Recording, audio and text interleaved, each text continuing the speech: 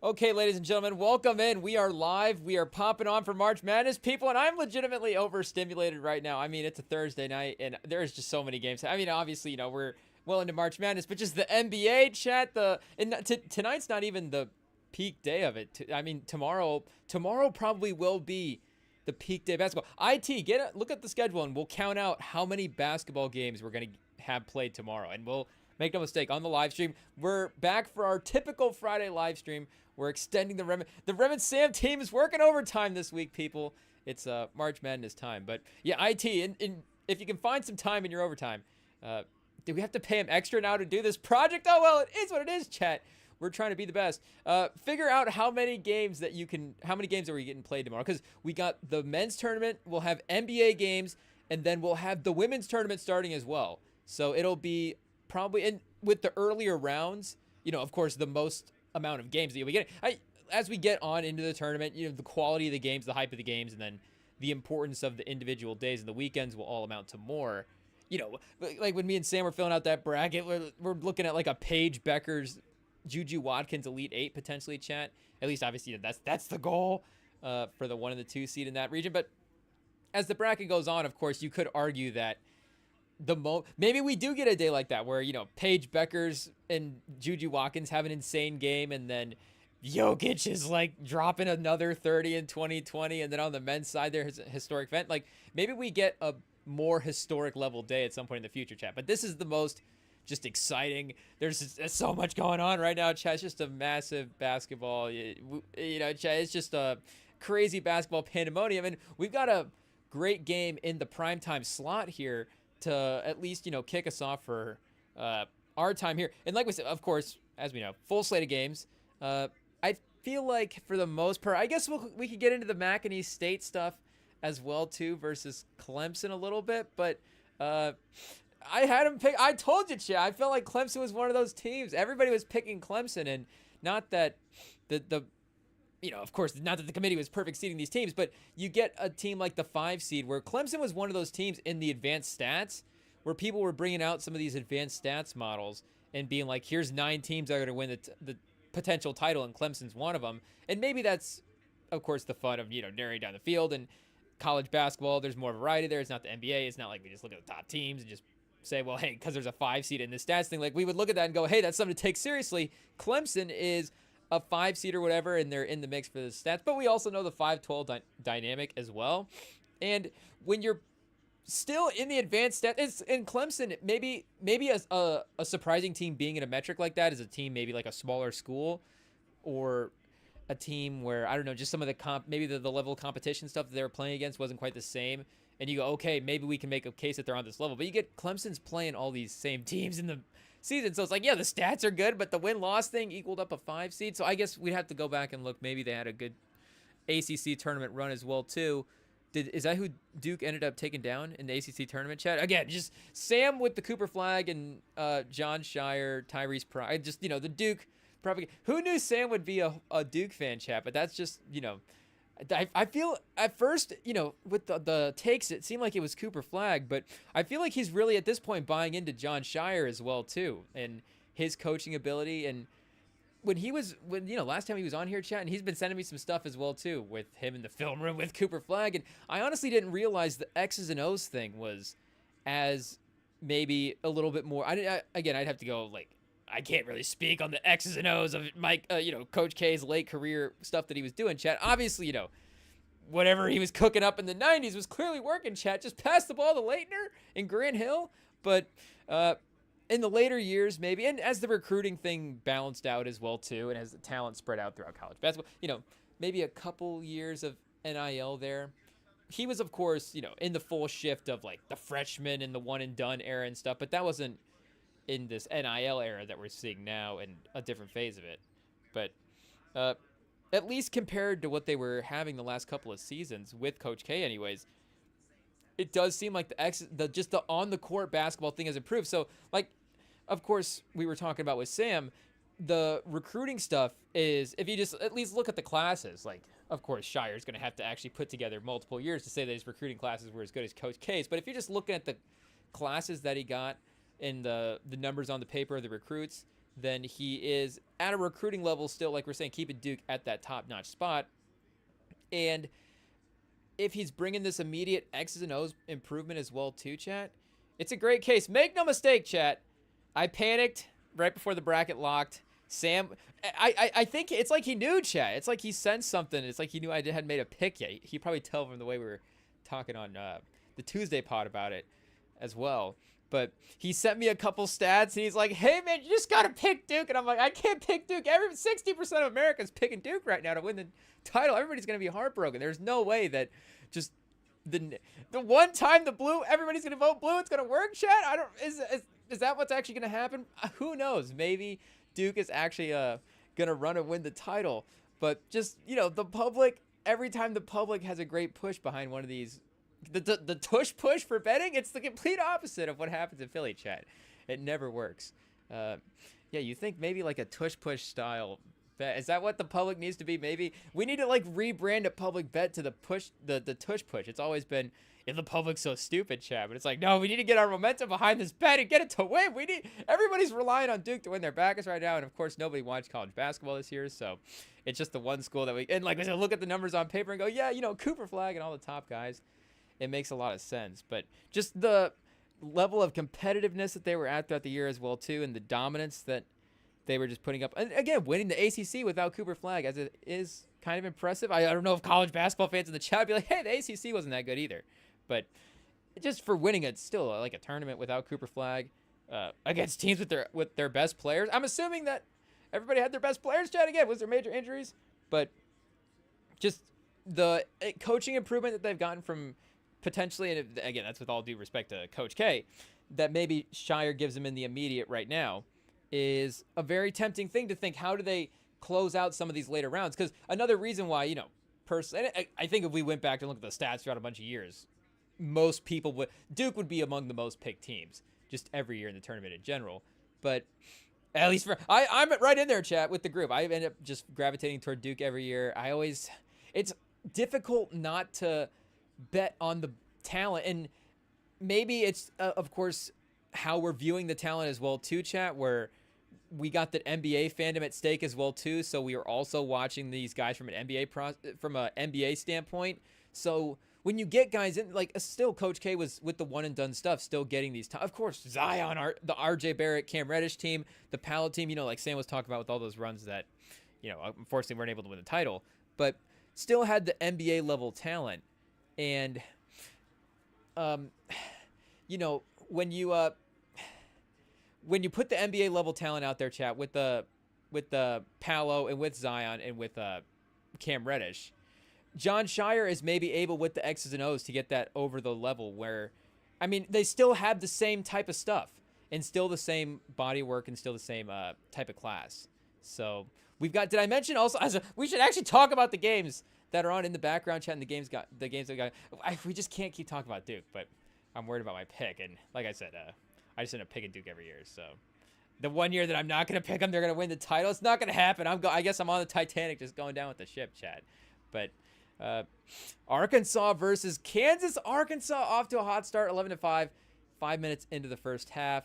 Arkansas, of course, 7-10 matchup, so pretty even seeded here, but Calipari versus Bill Self, of course, is the bigger storyline. And they showed on a graphic before the game that these guys were tied in all-time tournament wins at 57. So it's not like this is the last game, of course, for either of these guys, hopefully. And, this is like some all-time tiebreaker, but at least for the right now, because, of course, the loser is not going to be able to redeem himself, double elimination style, regular season style, whatever. Of course, you have to wait till next year, and Bill Self is going to be more than next year before they get that next tournament win. We'll have to see, because unless Hunter Dickinson just randomly has one more year of eligibility, chat, can they still bring him back? I don't know. Just the NBA or the NCAA just not care about eligibility anymore.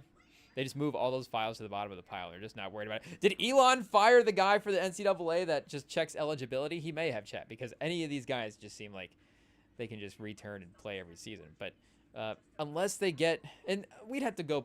Actually, you know what? Now that I'm thinking about it, because we have looked at the recruiting class in the past, chat, I think they do have a high-level prospect in the potential, on a potential rival, in the next couple of seasons. that who knows, maybe that's the type of guy that can get him back from a tournament standpoint to be a competitive team. And again, maybe from a regular season standpoint as well, too, to be a competitive team. They're just 7th seed this year, a little bit lower for what they would maybe hope for normally. But what are the expectations, of course, now going forward with Coach Cal at Arkansas? Because I think in the moment, we're talking about the name. We're talking about just the move as well, too, of him leaving a high-level school like Kentucky and going to Arkansas. And, was it him getting out in front of something that was inevitable? Who knows, chap? But, and I'm not even saying that as like, maybe it's like 20% believe that. I guess, and I'd have to go back and read up on the stuff that was being put out there at the time as well, too, about how definite maybe it was that Kentucky was ready to, how desperate were they to keep Coach Cal around at that time. But, you talk about them bringing in a guy at that level from a legacy standpoint, and the immediate expectations are that this team is going to be, of course, at some point, a really, really competitive team. And I think maybe, with what Rick Pitino has been able to do as well, too, in St. John's. I was talking to a guy today that picked St. John's to win the bracket, so that makes me nervous because, maybe we will know a guy that just, there is always just a guy at your work that just picks the bracket. This guy he might be more degenerate than we are, Chad. I thought, of course, we're in the, I think we're still in the top 1% of sports, degenerate sports fandom, chat. But this guy was watching betting NIT tournament games and parlaying them with NBA games. And I think he told me he had a parlay, an NIT, and then it was a first four. He was betting on the qualification games for the tournament with the NIT and then parlaying it with some NBA stuff. So our guy is just out there having a good time. Maybe we need to get him on the pod, chat, and just, or maybe no, I don't know. Do we want his betting advice, Chad? If he's betting on the NIT, I don't know if he's an expert or if it's, again, the complete other way. But I guess we'll have to try to bring up, hey, how'd that parlay go? He was telling us about another one as well, too, that was 3 overs, which I like the idea. And the first one as well, too, was the Creighton over, and that one hit in the first game. And if you guys watched the Sunday show and the Tuesday show, you guys know that we had Louisville over at Creighton, so our bracket's 0-1 right away. Remington Pod, no perfect bracket this year, I guess, but he had the Creighton over, and then he had a couple other overs as well too. So maybe we're just in for a great day of basketball, chat. All these teams are gonna go over on their points, or again, maybe this guy's just a genius with a crystal ball and we don't realize it, and we need to just start copying his bets.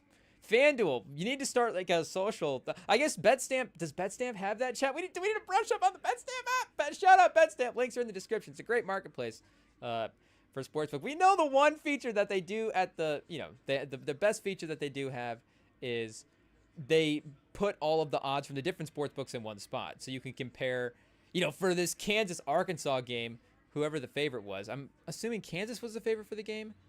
So, if you were looking at Kansas money line, and one of these sports books was like, minus 105 or whatever, you'd be like, hey, is there something a little better? Maybe one of the sports books, all of a sudden you look at another one, it gives you a plus 105. But, instead of just going and opening up every sportsbook app, chat, and diving through it, BetStamp's going to put it all in one place, pause, and you can just compare all the odds. And it's not just the money line, the game, because, there's the simple bets as well, too, chat. But again, I feel like some degenerate 1%ers in this chat as well, too. And all of the player props, parlays, rebounds, stuff, you can see what the odds are going to be and compare against the different sports books. So I guess you can't do like a cross sportsbook parlay and then get the best odds. You can't do that on BetStamp, but unfortunately they haven't invented that technology yet of like taking bets from other casinos and meshing them together for one odd. Maybe we just gave them a business idea, chat. BetStamp. Get us in the next marketing meeting, I guess, but I don't even know if that'd be possible, chat. The sports books would just be like, no, we're keeping our money in our casino. But, yeah, you get that great marketplace. So I don't know if they have the other feature, chat, but I know they do have that one for sure. So BetStamp's locked and loaded for the tournament. It's definitely going to be your hub if you're going to try to win any of these parlays. But 3 overs, we'll see what happens. The overs, maybe it's that football mindset. You just got to bet the unders and all the football stuff, chat. But NBA as well, too. I mean, you just bet the under. Nope. Does anybody meet their expectations, chat? Maybe not to the sports books anyways. But Kansas on a little bit of a run, tied it back up. It looked like Arkansas was going to maybe run away with it there. But of course they're not going to run away with it. How much better is Arkansas than Kansas? I mean, could Kansas be playing a disastrous game and then Arkansas runs away with it that way? I guess, Chad. I guess that's definitely possible. Kansas probably not the most consistent unit this year as a 7 seed, but it has to be the consistency, of course, that is the thing. And maybe it is down a little bit from a recruiting standpoint, and they haven't had quite the transfers over the last couple of seasons. They just kind of ran the same roster back over and over again. I don't really know what the injury situation for him has been this year as well, but still a top-level talented team. And who is the 2 seed in this bracket again, chat? Is this the St. John's bracket? This could be tough. But I was thinking about ranking the teams as well, too, and the order outside of Michigan that we would like the schools that we would feel the best with. Pause. Hey, yo, chat. Whoa. The schools that we would feel the most good for winning the bracket, if that's a clean way to say it. But yeah, it is. So it'd be St. John's next game. So I mean, again, Kansas versus St. John's is going to be. And Kansas versus or St. John's versus Coach Cal. Coach Cal versus Rick Pitino. I mean, is Coach Cal the X's and O's guy? Is that like a meeting of the basketball minds, chat? It is in a way, I guess. But Coach Cal's going to have his guys motivated and competitive. He's not going to go away in the second round of the tournament. But Kansas as well, too, like we're saying. With the roster, at least it game to game can be a competitive team. So hopefully for St. John's, it's not too bad, because I think if Janai Broome just somehow was able to get traded in the tournament to St. John's, chat, then it would just really make it really easy for us to have a mistress team in this tournament. But we're in on the Janai Broome storyline. And again, we were talking about our Bryce Brown fandom as well, too, on the last pod. So I don't know what it is about the Auburn players. Charles Barkley, Sonny Lee, chat, but Auburn, a great history of great athletes, Bo Jackson. So one of those schools that, do they have they're not like, Duke and North Carolina, where it's like, oh, they got 12, 13 guys in the NBA in starting lineups that, you could have a whole roster of just Kentucky guys in the league or whatever. But the high level athlete guys, maybe we should do that, chat, like a university Mount Rushmore, because especially the cross universities of it. Not that, of course, every university. I mean, Michigan, we'd have Brady for football. We got Glenn Rice, our national champion, but we get Chris Webber, chat. We get all these, great basketball players. We'd have to really.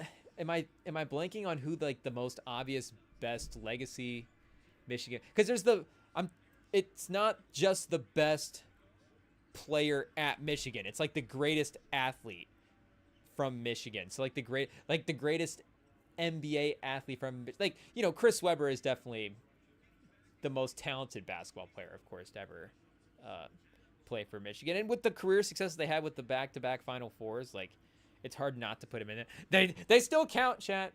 I know.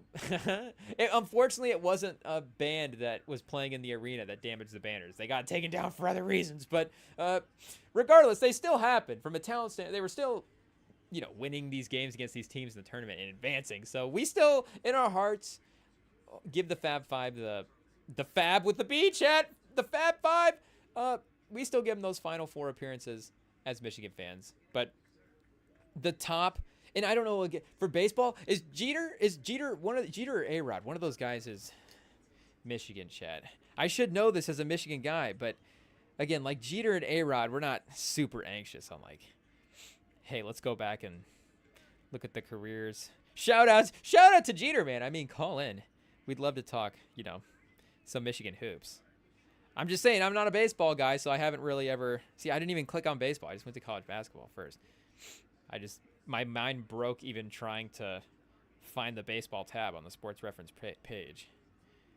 And as an all-time athlete from the school, and if we went back into the 40s and 50s as well too, am I just a brainwashed Michigan fan though? Am I crazy for even thinking this, chat? Yeah, Derek Jeter, high school in Michigan. Did Derek Jeter go to college? Maybe he would have gone to Michigan.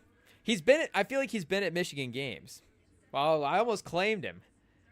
It doesn't actually say, though, that he went to college. I'm double checking, because again, as much as I was just hey, Jeter can take a hike, chat. I was we need Jeter for this Mount Rushmore, Because again, 5 Golden Gloves, 14 All-Stars. Like a Brady Jeter top 2 would be crazy. We'd have to go back and check the Olympians, of course, as well too. Because like we were saying, Sonny Lee for Auburn.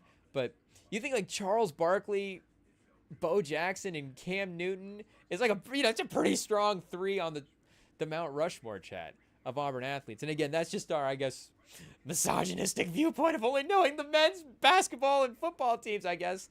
But just to leave an extra spot open on the Mount Rushmore. And I guess for Bo Jackson, he did win the Heisman, and it would be, of course, difficult for any athlete of anybody to have the career that Bo Jackson did in their respective sports, but it's still like Cam Newton with the national title and with his individual season, like he's just a Mount Rushmore Auburn guy. It doesn't matter. Charles Barkley's just Charles Barkley, like we were saying, he's number 1 all time in our NBA Aura rankings right now. So, just the legacy of if we're considering the totality of the careers, like the legacy of Charles Barkley, chat. Like, Auburn's, probably going to just rename the school to the Auburn Barkleys at some point. But in terms of the top level athletes that the schools have produced, Auburn's just that's a fun. Again, Cam Newton, Charles Barkley, and Bo Jackson, like that might be the 3 most fun athletes of all time, chat. Just and maybe, we can't really speak to like in the moment with Barkley and Bo Jackson, but like we're saying with Barkley off the court, the way he's still able to have the cultural impact, of course. Cam Newton, the way he was just influencing he was almost, and that was, of course, you always see the post as well too of like take me back to the 2016 era of football, but that was when in the league, of course, I think with some of the with some of the fouls and penalties and stuff, like they have ruled out some of the cool stuff in the league, unfortunately. But that was the peak coolness era in the league, where it did feel like the NFL players had the same level of swagger as the NBA guys. And it was how they were playing the games themselves, like on the field. And then of course the celebration stuff where they were actually allowed, and you get a certain section of America being like, this is ridiculous, chap. But we all get it. We all understand what they're just dealing with the times, and it happens. I'm sure getting older, it's not easy for anybody, chat. And then you see some dance moves that you understand, and it really just solidifies the fact that I guess you're on the downhill stretch. And I'm sure we're gonna see some dance moves at some point on whatever version of TikTok is 50 years from now, and be like, uh-oh, chat, time's running out. But with with Cam Newton and with like Odell Beckham as well too, at that time are the main 2 people I'm thinking about, like those guys. And 26 Mahomes, of course, wasn't playing at that point. He's 2017 drafted, in 2018 like really emerges. So there's still like a coolness factor with that team when it first is on the scene, chat. Remember when Kansas City used to be cool back in the fun days of Kansas City? But yeah, the peaks, that was, and again with some of the 80s, the 90s stuff, some of the just the uniforms, the fashion of course the America at the time, and then the just the fashion of the guys, the players, all of it. Like there's just some eras in there where it's hard to top it from that type of stuff. But with and again the celebrations and stuff, all that. Who's the white shoes guy that had the crazy touchdown dance? There's like a Billy White Shoes Johnson or something. I think that's his name, Chad. I don't know if we can look up his touchdown dance at all. But actually, I guess that might be the move. Houston Oilers, chat, back in the day. Oh, Billy John's son. Or Williamson. It's something along those lines. But definitely White Shoes.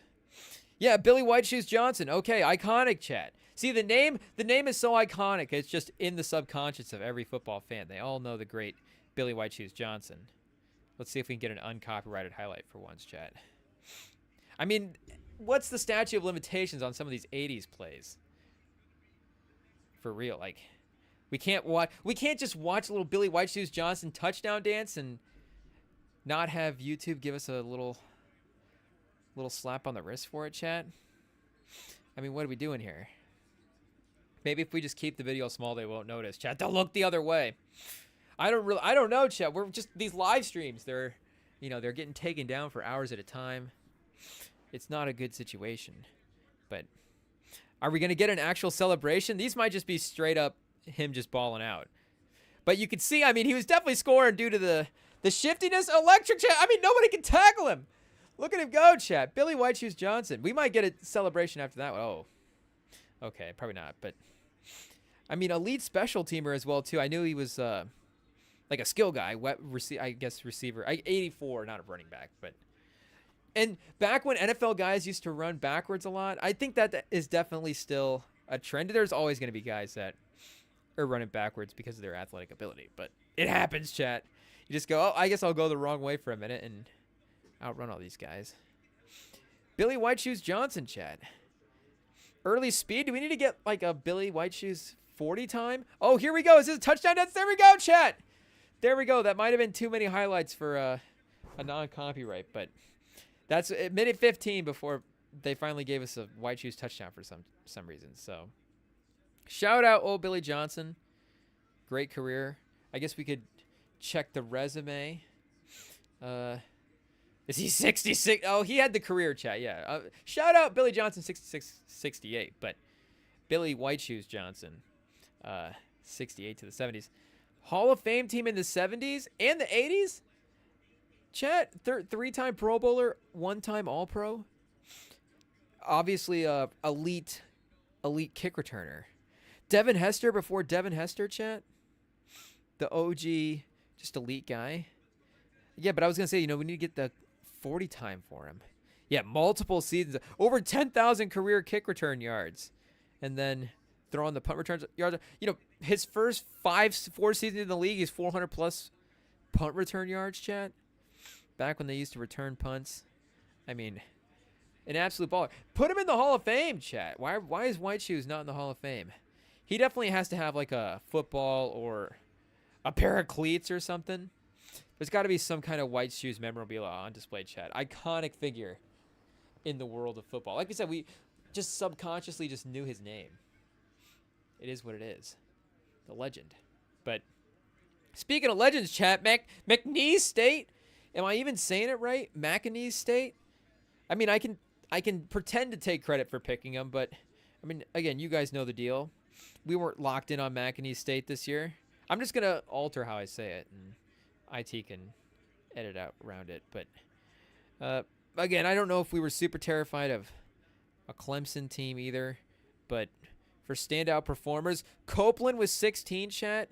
Shoemate with 13. 6 for 8. So an efficient, and 5 for 8 from Copeland. So efficient days from their best player. Copeland getting to the free throw line as well, too. With 10 free throws. And really not even a great free throw shooting performance. 6 for 10. Oh, chat, we just did the hands. That's not good. 6 for 10 from the free throw line. So even if you think next game, maybe there's a room for improvement there. Is he going to get 10 foul calls in the next game? More McNeese State, more foul calls than Clemson, chat. The respect. The refs, where they bet in the 5-12. Is there going to be a scandal a little bit later? But more field goals. Less three-pointers, though. Only 4 for 19 from 3 all game. 9 for 30 from Clemson. Not able to really separate in a big way, chat. And I guess McNeese State didn't even make a difference, chat. They were 11 for 22, so not even a great free throw shooting day for McNeese State. So I guess, are they even a good team going into the next game? Who are they up against here, chat? McNeese State is in the Midwest. Houston, the 1 seed. So they're taking on Purdue, chat. Purdue, the winner of Purdue High Point. Another super popular team. Not Purdue. Talking about High Point, chat. I think one of the guy that we were talking about, one of the bets that this was another bet that he had, chat. And the man was just laying out all his parlays for us. But he had apparently some High Point parlays. Just High Point conference championship games with NBA games. So he was like, yeah, man, I like High Point. I watched their conference championship game and they won me some money. So I was like, oh, I guess I have to go back. Did we change our pick to Purdue? I was liking High Point though. And they did seem like a new team into the tournament mix. I can't remember a ton of High Point moments, chat. Again, it's not a diss to the school. Maybe they've been running the game in the NIT for quite some time. But 29-5 this year. Alan Huss, the head coach. Keezy Jeffa, 14.8 points a game. Kamani Hamilton, 13.4. Demarion Williams, 13.5, chat. So some balanced scoring here. And some good guards, wings here for High Point as well, too. But unfortunately not able to make it out of it made it out of the Big South, but unfortunately not able to make it out of the first round of the NCAA tournament. But HPU, chat, that sounds like you guys need some medication for some HPU. That does not sound good. But a couple of Tubby Smith years at High Point. Unfortunately, not the peak Tubby Smith years, 9-23, 9-15. There was a 16-5. We will mention it, Tubby Smith. Don't worry, we won't leave out the above 500 season in there. But no tournament appearances. Yeah, first ever tournament appearance for High Point. Starting as a school, at least on Basketball Reference, in 99-2000 with an 11-17 season. Okay, 22-win season in here, 23-21. So some good moments. Scott Cherry had this team competing, at least, above water, chat. This team was surviving. But, decent in conference play as well, too, here for a stretch. Maybe just a little bit too difficult outside tournament play. But Alan Huss, maybe he's a guy that gets looked at for some upgraded jobs. 2 seasons at High Point as his main coaching record right now. So not a lot of experience. Young guy, potentially. This one was on right to start the workday, chat. Well, I guess the start game that was on at work. So but for the first game of the day, this was one of the first ones up, High Point Purdue. So this was on in the background. So I guess we didn't pay attention to the sideline anytime they cut over to Alan Huss. But shout out, had High Point as a near 30-win team this year. If they had gotten that first round upset, chat, 30-5. The first ever 30-win season for High Point. But hey, something to aim for next year. A High Point for next season. Okay, we're moving on. We don't have to say that anymore. But Purdue, solid team, of course. People here in Iowa, Big Ten people, are not super thrilled with Purdue moving on. But one round, maybe it's not, the end of it. It's just like, how many weekends do we have to watch Purdue, for Midwestern people? But speaking of Big Ten, chat, it is what it is. We're just going to be rotting away in this hoodie for as long as possible, chat. We'll see. We'll either be wearing this hoodie for the next couple of weeks, or you'll never see it again because they play tonight. And they could be out of the tournament. UC Davis, like we've said, it looks like a terrifying opponent. So hopefully, Michigan just right out of the gate hits a bunch of threes, takes over, and there's no worry, and we can just go to bed and sleep tight knowing that they're going to be playing on Saturday as well too, Chad. But this will be the attire until something else changes. And I'm not necessarily a guy that, like, if I was watching this game by myself, chat, would I be wearing Michigan merch? I don't necessarily know. But I don't know if I get a little superstitious with that. But since it is, since there's people around, chat, we've got to at least support. We've got to make sure that we're known. And maybe the fact that IT's even, behind they're in a booth as well too, chat. Maybe that makes us even feel a little bit more safe. Like, yes, there's people around, but who's actually really around, Shout out IT. 28-28 though, Kansas, Arkansas. So perfect scheduling by maybe the committee does know what they're talking about, chat. Louisville, we were questioning why a top 15 seed was an 8 seed in the bracket, but they just get destroyed by Creighton. And it seemed like the consensus was as well too that, Creighton was and again, people were betting their overs in our restaurant, but it seemed like the consensus was that Creighton should have been the pick to win that game. And maybe a matchup standpoint, that was, I don't know if it was just Louisville as a team or whatever, or the matchup to Creighton, but it seemed like that recipe was people were like, yeah, Creighton probably should have been the team winning that game. But those were, do we have a third, fourth game, chat? I need to make sure we're keeping track here of the action real quick. Pose. Okay, Yale, Texas A&M underway. And Drake versus Missouri about to start. Drake 30-3 this year. And people, speaking of Iowa, chat, people in the home state getting excited because shout out Fran McCaffrey, RIP, the Iowa tenure. But they've decided to go in a different direction for head coach. And one of the potential candidates is the Drake head coach right now. And Somebody was saying to me that the guy that they were thinking about interviewing ended up going maybe to like Indiana or something like that. I forget what, like some former West Virginia coach. I thought it was Huggins for a second. He said, we're trying to get the West Virginia guy. I said, I was trying to hire Bob Huggins. Wait a second, what's happening? But no, maybe some other West Virginia coach, and then he ended up going to some other school. So now the Drake guy seems to be the next candidate up, and that might be one of those things that works out better for Iowa, because if, again, just looking at the resume, I haven't really seen West Virginia's done, and they're in this, right, chat? They're like a 6 seed this year or something. They're kind of a fight. Maybe they're just a feisty team that everybody's sleeping on, and nobody's really giving any credit, because I haven't heard a lot of West Virginia buzz necessarily.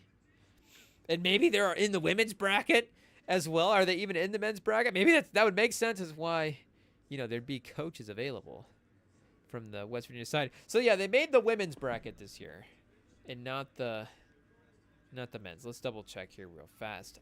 But again, I think I remember seeing them as a mid seed. So if your guys' brackets are already destroyed, you can potentially fill out a ladies bracket if you hadn't yet, and now redeem yourself, or at least make the final modifications on your ladies bracket. Just the bracket, chat.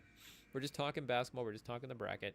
Make the final few calls on the games that you were thinking about picking, and then have a chance at a perfect bracket. Because this is my only last hope, chat. We were 0-for-1 to start, so I can't wait another 12 months for when the game first happened. I mean, that was our first misogynistic thought, chat. Was we have to wait 12 months for a perfect bracket? And we were like, wait a second.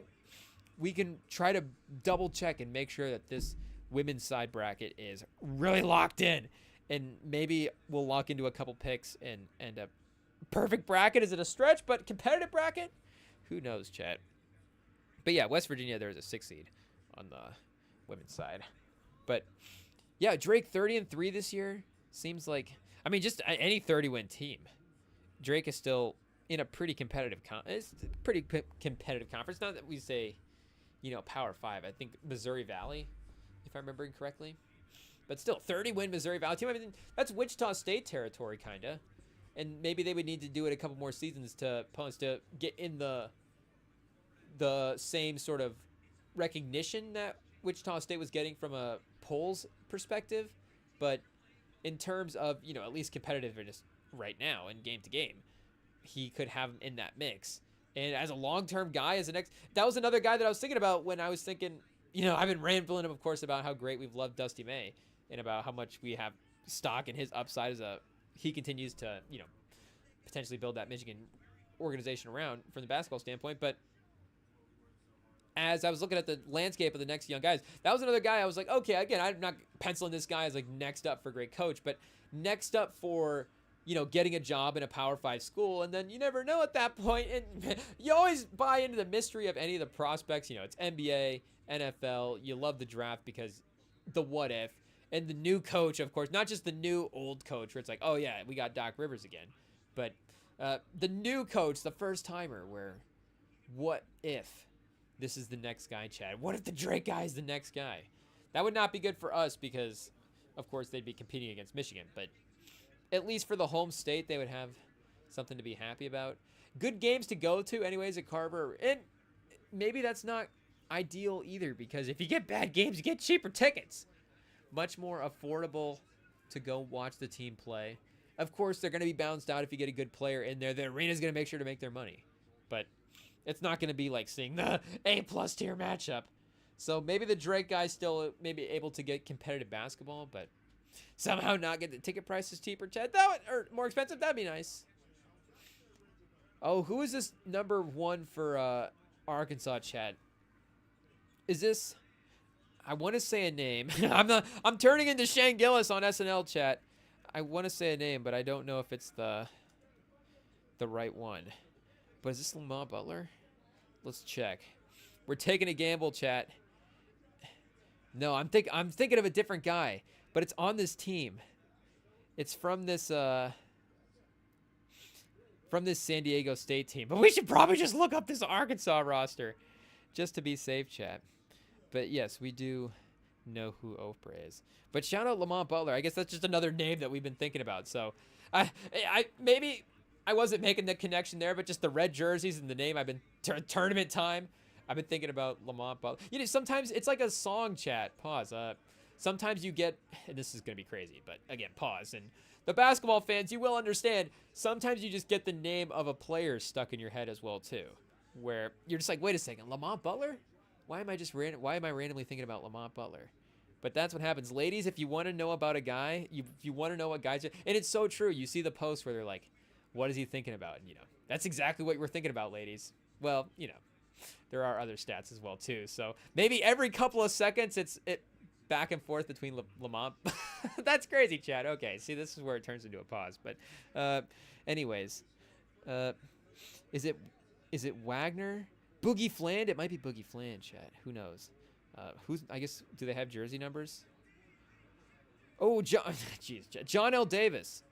It's John L. Davis, number 1, senior, giving us some great tournament experience. And he's not even from that team, Chad. This is nuts. Cancel me now. We might have to take a break and just take a lap because this is crazy. Is he even from that tournament? He's from that tournament. Sometimes, again, you just get things jumbled up in your mind and you just remember, hey, it's like AI chat trying to put the pieces together. It's like they're worried that AI is going to take over the human brain. It's like, well, the human brain is doing the same thing. I'm taking the jerseys from San Diego State and the player from Florida Atlantic and the year from a tournament from a different year, and I'm meshing them all together in this image of this fictitious player that doesn't exist, chat. But yeah, was it 2 years ago here, or I guess maybe he was 18 a game. Maybe after that, the confidence of that. Yeah, chat. Okay, so they at least played against San Diego State, so we're close, chat. Again, we're AI. We're pulling from the same game, man. Pause. Hey, yo. But our information is at least, in this arena, on this basketball court.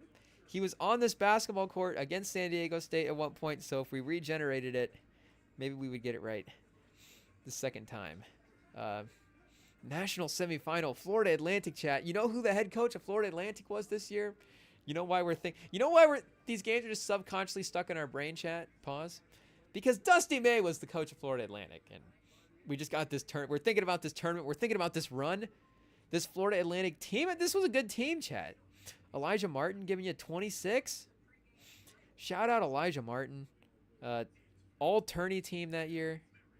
Conference USA tournament MVP, as well as just all tournament that year. Didn't get any regular season honors, chat, so was, I guess, motivated. Caught fire. But great run. And is at Florida this year. Wow. So, again, as we just continue to learn new things about, and I probably stumbled across this name and mentioned it as well, too, when we were, looking up some stuff for the poll, or the brackets. But is he second in scoring? And Walter Clayton, of course, with his run in the SEC tournament, you look at his numbers in the season, it's not that tournament run that made him the best player, but nationally as well, too, for people tuning into the tournament to at least try to catch up for the bracket stuff. They were like, okay, Walter Clayton's a guy to keep an eye on. But Elijah Martin's second on that team. So the guys from that game, chat, still doing work. The guys from Florida Atlantic. Dusty May in the tournament, going to make a run this year. John L. Martin on Arkansas. Maybe he makes a run. And Elijah Martin on Florida. Maybe he makes a run as well, too. Do we need to see is there need to be like a 30 for 30 on this Florida Atlantic team after the game? It's like the 84 draft of March Madness, if that makes sense.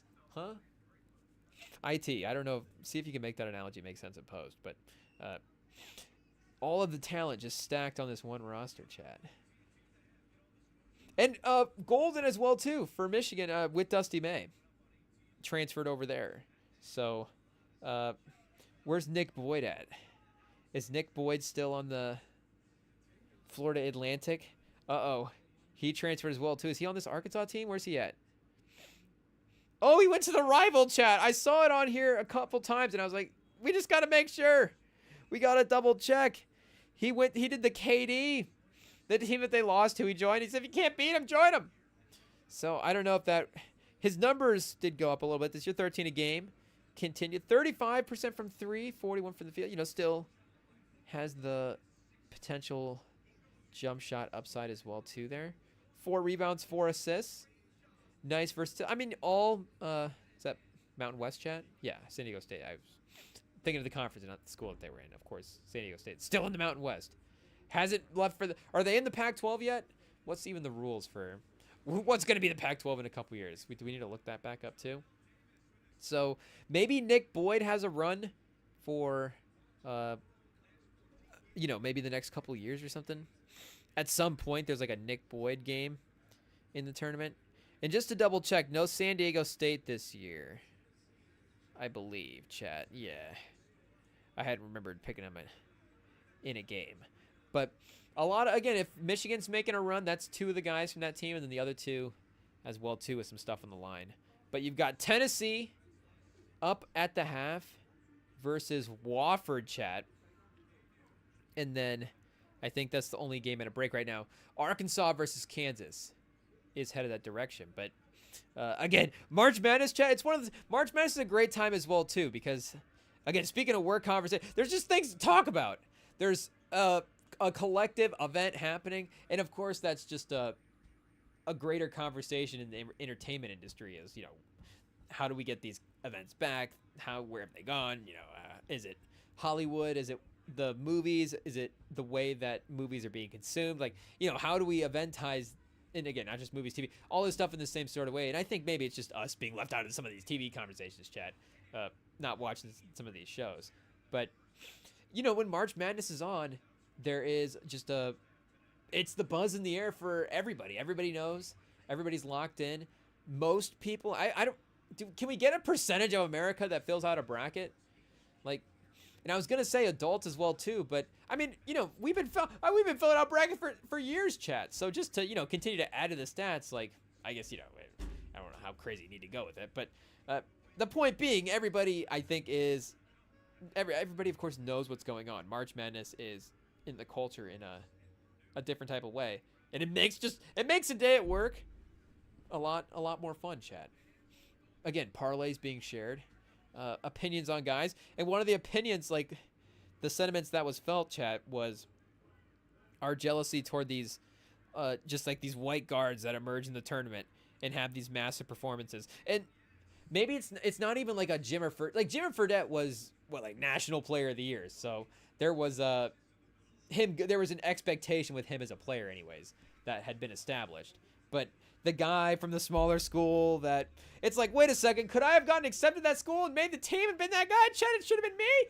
But speaking of Wofford as well, Wofford had a guy like that last year, and I blanked remembering his name. I couldn't remember his name.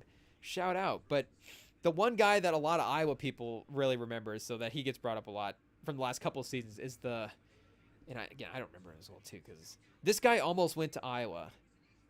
So that's why people really like him. But the guy from St. Peter's from a couple of seasons ago, Doug, did people call him Dougie Fresh? I don't even remember, but Dougie something, lost to Tennessee in the first round, so it wasn't that team. But would they make the Sweet 16, maybe? Elite 8? They go that far? Elite 8, chat.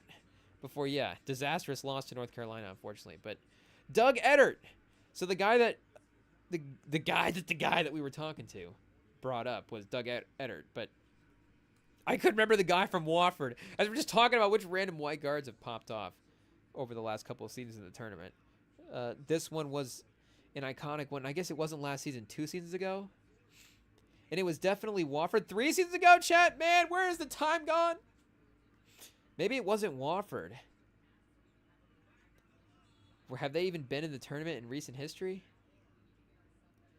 Did we click on the wrong season? Okay, 18-19. They lost to Kentucky. Yeah, they had that win over Seton Hall. So was it already 18-19? Okay, Fletcher McGee. Yeah, Fletcher McGee is an iconic white guy as well, too, in the tournament. But that's not even the guy that I'm thinking of as well. I don't think it was Fletcher McGee. I feel like this... Do we just need to pull up the tournament from last year? Chat, let us know. Who was the white guy with male pattern? He was like the 4-year senior, running off screens, shooting 3-pointers. And maybe it was Fletcher McGee. Do we just need to look? I'm actually forgetting what what he looked like, chat. Shout out Fletcher McGee. I guess it's been a lot longer than we thought. Hey, yo. Pause. Okay, yeah, iconic for sure. But And maybe he is the guy that we're thinking about. Again, maybe we're AI imaging somebody right now, chat, again, and combining a couple of faces.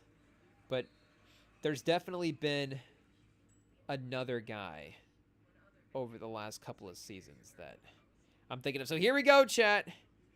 Down the rabbit hole into last year's tournament.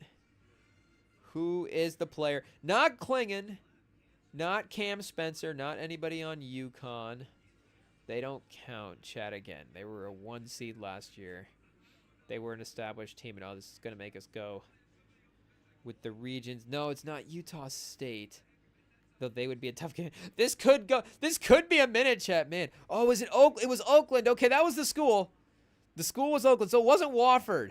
It was Oakland. Greg Campy was the coach, and the player was Jack Golke, chat. Jack Golke was the player I was thinking of. That was the player I had pictured. But for some reason, I guess I thought Wofford. I was thinking Fletcher McGee. So we're getting our white guys mixed up, Jack Golke and Fletcher McGee. But, yeah, Golke was the guy from last year that just randomly dropped 30 and was awesome. And then almost, again, took down Kentucky as well, too, chat. But who is the guy? Because it's different than even the white big man, chat. There's a difference with the white big man. There's a different expectation of the skill level of a big man. Where even in college, especially if you see a guy, and even the white big man, you go, okay, you can still get the footwork thing down. You should still have you shouldn't have a drop step in your game, right? You're telling me some white guy that's like a conference player of the year for these tournaments, 6'9", I guess, not all of these centers in college are 7 foot 6'10", but 6'8", 6'9", should have a little drop step, a little up and under. Like, he should match all the stereotypes, chat. But that white guard, he's got to be a three-point shooter. He's going to have to make sure to jack up some jump shots and go crazy. So maybe that guy's on Drake this year. But even still, Drake I feel like their best player is a white guy, but also, Golke was a 6th man of the year. And obviously a really, outstanding player, Chad. But all Horizon team. So top player in the conference. Fletcher McGee as well, too. Two-time Southern Player of the Year. But Wofford was such a low seed. Like the 13, 14, 15 seeds, they get it. But like we talked about with the mid-majors, you get the 12 and up seeds I guess 12, 11 and 12, maybe just those two seeds. But those 11 and 12 seeds can be really, really good mid-major teams. Those mid-major best players can be really, really good mid-major best players. Thomas Walkup he's on the borderline of is he on the borderline? I feel like that's a song as well too. Is that Johnny Cash, chat? But he's one of those guys that is close to being like established basketball player versus guy that just kind of pops off in the tournament. So Fletcher McGee might go into established basketball player territory with his resume. Two-time Player of the Year is crazy, though. We do need to double-check the competitiveness level of the Horizon tournament. And we're still 2 hours away from the Michigan UC San Diego game, so make no mistake, we'll be here for a little bit, chat. It is what it is. The tournament is on. Our place is to be on this couch watching games, making sure that we're locked in on what's going on with some of these brackets. But Houston, I think, pretty safely getting a win. And same with Auburn. Is 20 points enough, chat? Auburn's one of those teams we were definitely going to be evaluating. Not that they were in the mix for 1 seed to get taken down in the first round. Janai Broome, Player of the Year would be crazy. And, when Virginia and Purdue both lost, it was insane. But was Zach Edey, Player of the Year the year that they lost? Because he eventually did win Player of the Year, of course. And he may have been Big Ten Player of the Year that year. But, oh, wow, Chad. He was the AP Player of the Year. Yikes. And they lost in the first round. I was going to give him the benefit of the doubt, but shout out Fairleigh Dickinson. Taking down the Boilermakers. The vaunted Boilermakers team. And maybe that team, of course, was a little propped up by how dominant Zach Edey was. Of course, in that season, we can't really take it away from him. And I think he might have actually been pretty decent in that game as well, too. I don't know if he was necessarily the problem in that loss, chat. Let's take a quick reminder here. Oh, it's not the right year, unfortunately. Where is the Zach Edey? Oh, was he injured that game, chat? Did they just not have it on here for some reason? Or was it the season before? Zach Edey didn't... Oh, they just don't have the tournament on here for some reason. Zach Edey, where's your tournament game logs? Why are they missing? College basketball reference. Get your page updated. I don't know. Maybe I'm just blind and we're not seeing it. But regardless, for the literally like the best player in college basketball to lose in the first round would be a little nuts. But we were kind of saying, like, how dominant would it be, you know? Is 20 enough, chat? Let us know. Are you talked back into Auburn? 56% from the free throw line's not great. 11 for 35 from three-pointers is I don't know what that's Auburn's standard is here for, like, season average. Let's take a look. But if they're making double-digit three-pointers, again, it's not like you want them to take 40 to get there. But Auburn, if you're making double-digit three-pointers, it's probably a decent spot. And again, with the spacing with Broom as well, too, where maybe you don't have a great game to the three-pointers to carry you away. But if they can keep it close and then hopefully Broom can close the game, that would be a decent recipe for the team as well, too. 37% almost as a team for three. So, yeah, good three-point shooting team, top 50 in the country in college basketball. So they could even be more consistent from there. So I guess 20 points is not enough, chat. Auburn, will they be, especially against a three-point shooting team like Creighton, chat? Do we need to check Auburn's defense? 144th in the nation. It's not like it's their calling card anyways. 82nd. So, you know, still like if we did percentiles and stuff, they'd still be a better than not defensive team, but outside the top 75 in defense, outside of the tournament level ranking in any of the categories is going to be a little bit of a concern for sure. So defense, chat, against Creighton shooting three-pointers, is that the round one match or the early one seed matchup losing that we just were unwilling to admit because, again, for some reason, we really were just wanting Louisville to pick that spot. And another great thing about the tournament, especially in times like this, chat, is Charles Barkley and Kenny Smith on TV more often, chat. We actually get them on TV on a consistent basis. There's, I mean, just a whole day of, you know, network events that they're going to be cutting in and out of in half times for. But just the days as well, too, stacked on top of each other that they're going to be doing. And in the past, it always felt like, pause, chat, but in the past, it felt like, it did feel like they were taking them away from the NBA coverage because they were, you know? They were prominent. I mean, the Thursday thing was just locked in as like, this is their spot, and these are the top guys, pause. And the fact that we were losing them from the NBA coverage on these days did feel like a little bit of a loss. But now that they've been moved to Tuesdays, I don't know if, you know, Chuck is going to be like, hey, I'll do a weekend of college basketball, and then all of a sudden pop on the Tuesday broadcast. But with a little bit of a different schedule and just with the same group not being in studio as much anymore either, the fact that, again, they're out there consistently for the tournament is just a great, you know, a great treat for the inside the NBA fans. The Charles Barkley stands, chat.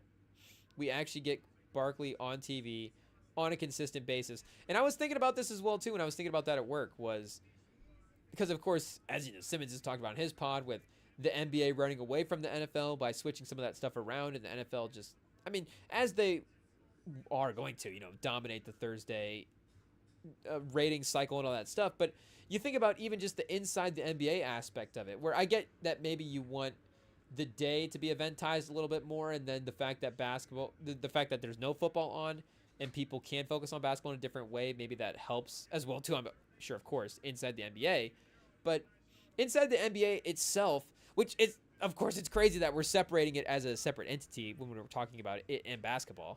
But again, you're getting the games on the networks on Tuesday and Thursday anyway. But inside the NBA as an entity is not even competing against football just from a time slot standpoint.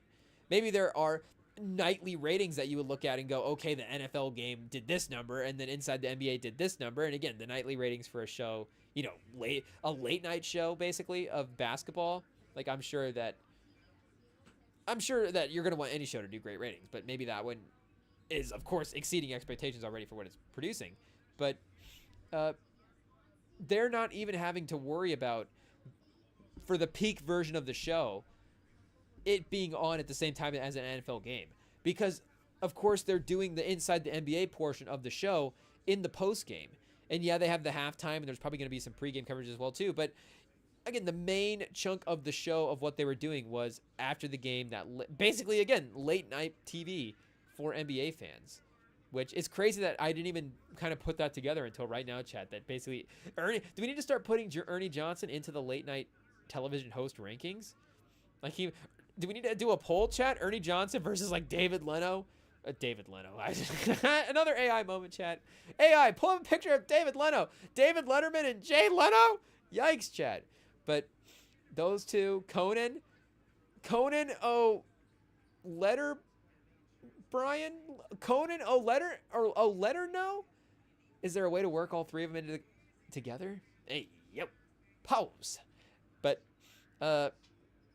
yeah, Ernie Johnson right there with them in the mix, chat. Pat Sajak, doesn't even matter. Ernie Johnson can out-host them all. But Barkley as a piece, is there a way for even another show to do that? Like a panel that just is a show where you don't even like go on and like, hey, we're the news and it's four of us at a desk like talking news. I guess as a producer, you probably would make that the bit and then try to do like it would inevitably turn into probably like an extended weekend update, like a 4-person hour, 45-minute long version of weekend update with some bits and remotes and stuff worked in there if you're, working with a great host.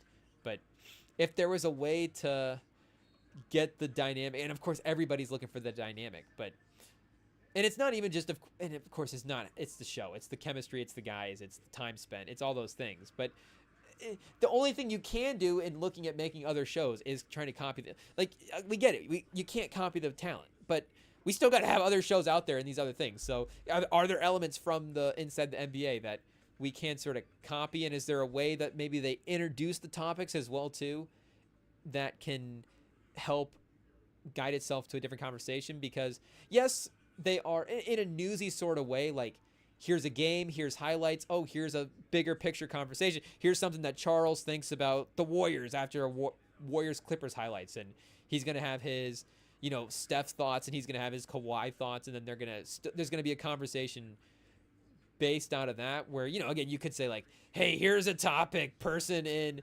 Omaha, robs orange truck, and then, or, like the classic Norm Macdonald bit of like, this guy robbed the, whatever, what's the, I'm blanking now, chat, on what the, is it Campbell's Soup? And I'm getting I'm going to get all the brands and the slogans mixed up, but it's the good slogan. Is that a cereal? I should know what that slogan is. It's an iconic slogan. Frosted Flakes. But you caught us, chat. I guess we're just not a major cereal guy. It is what it is. Is this slogan even gonna oh, chat? This is all kinds of mixed results here. From maybe we need to clarify slogan. Is YouTube gonna take us down for some of these search results? Jeez. Campbell's Soup. Okay, it was Campbell's Soup.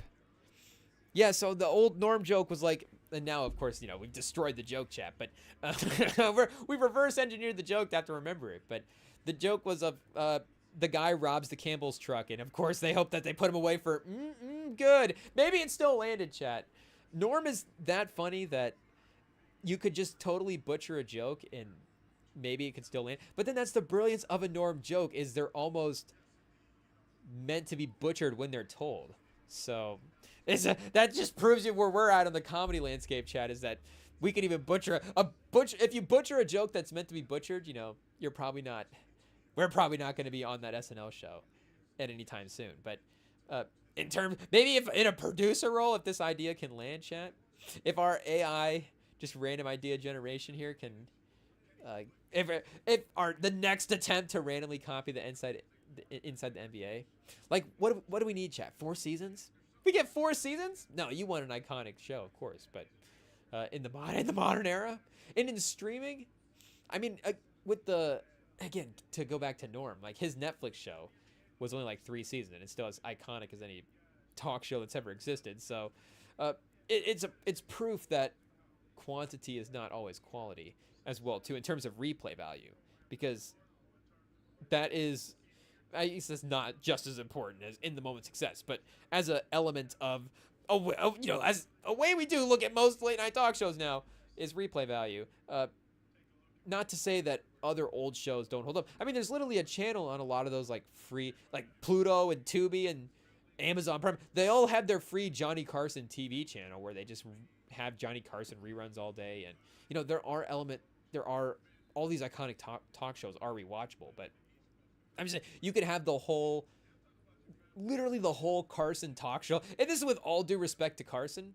And maybe there's some Carson head in here that's like, okay, pump the brakes. Like the entire Carson catalog is pretty nuts. Like that'd be quite the, you take a minute to rewatch that. There'd be a lot of freshness, puzzle, and like going back through that catalog time and time again. But the high entertainment value of what Norm was able to put together in that Netflix show, at least for me personally, chat, I go back and rewatch that. I guess in our Spotify Wrapped for talk shows, that would be my number one.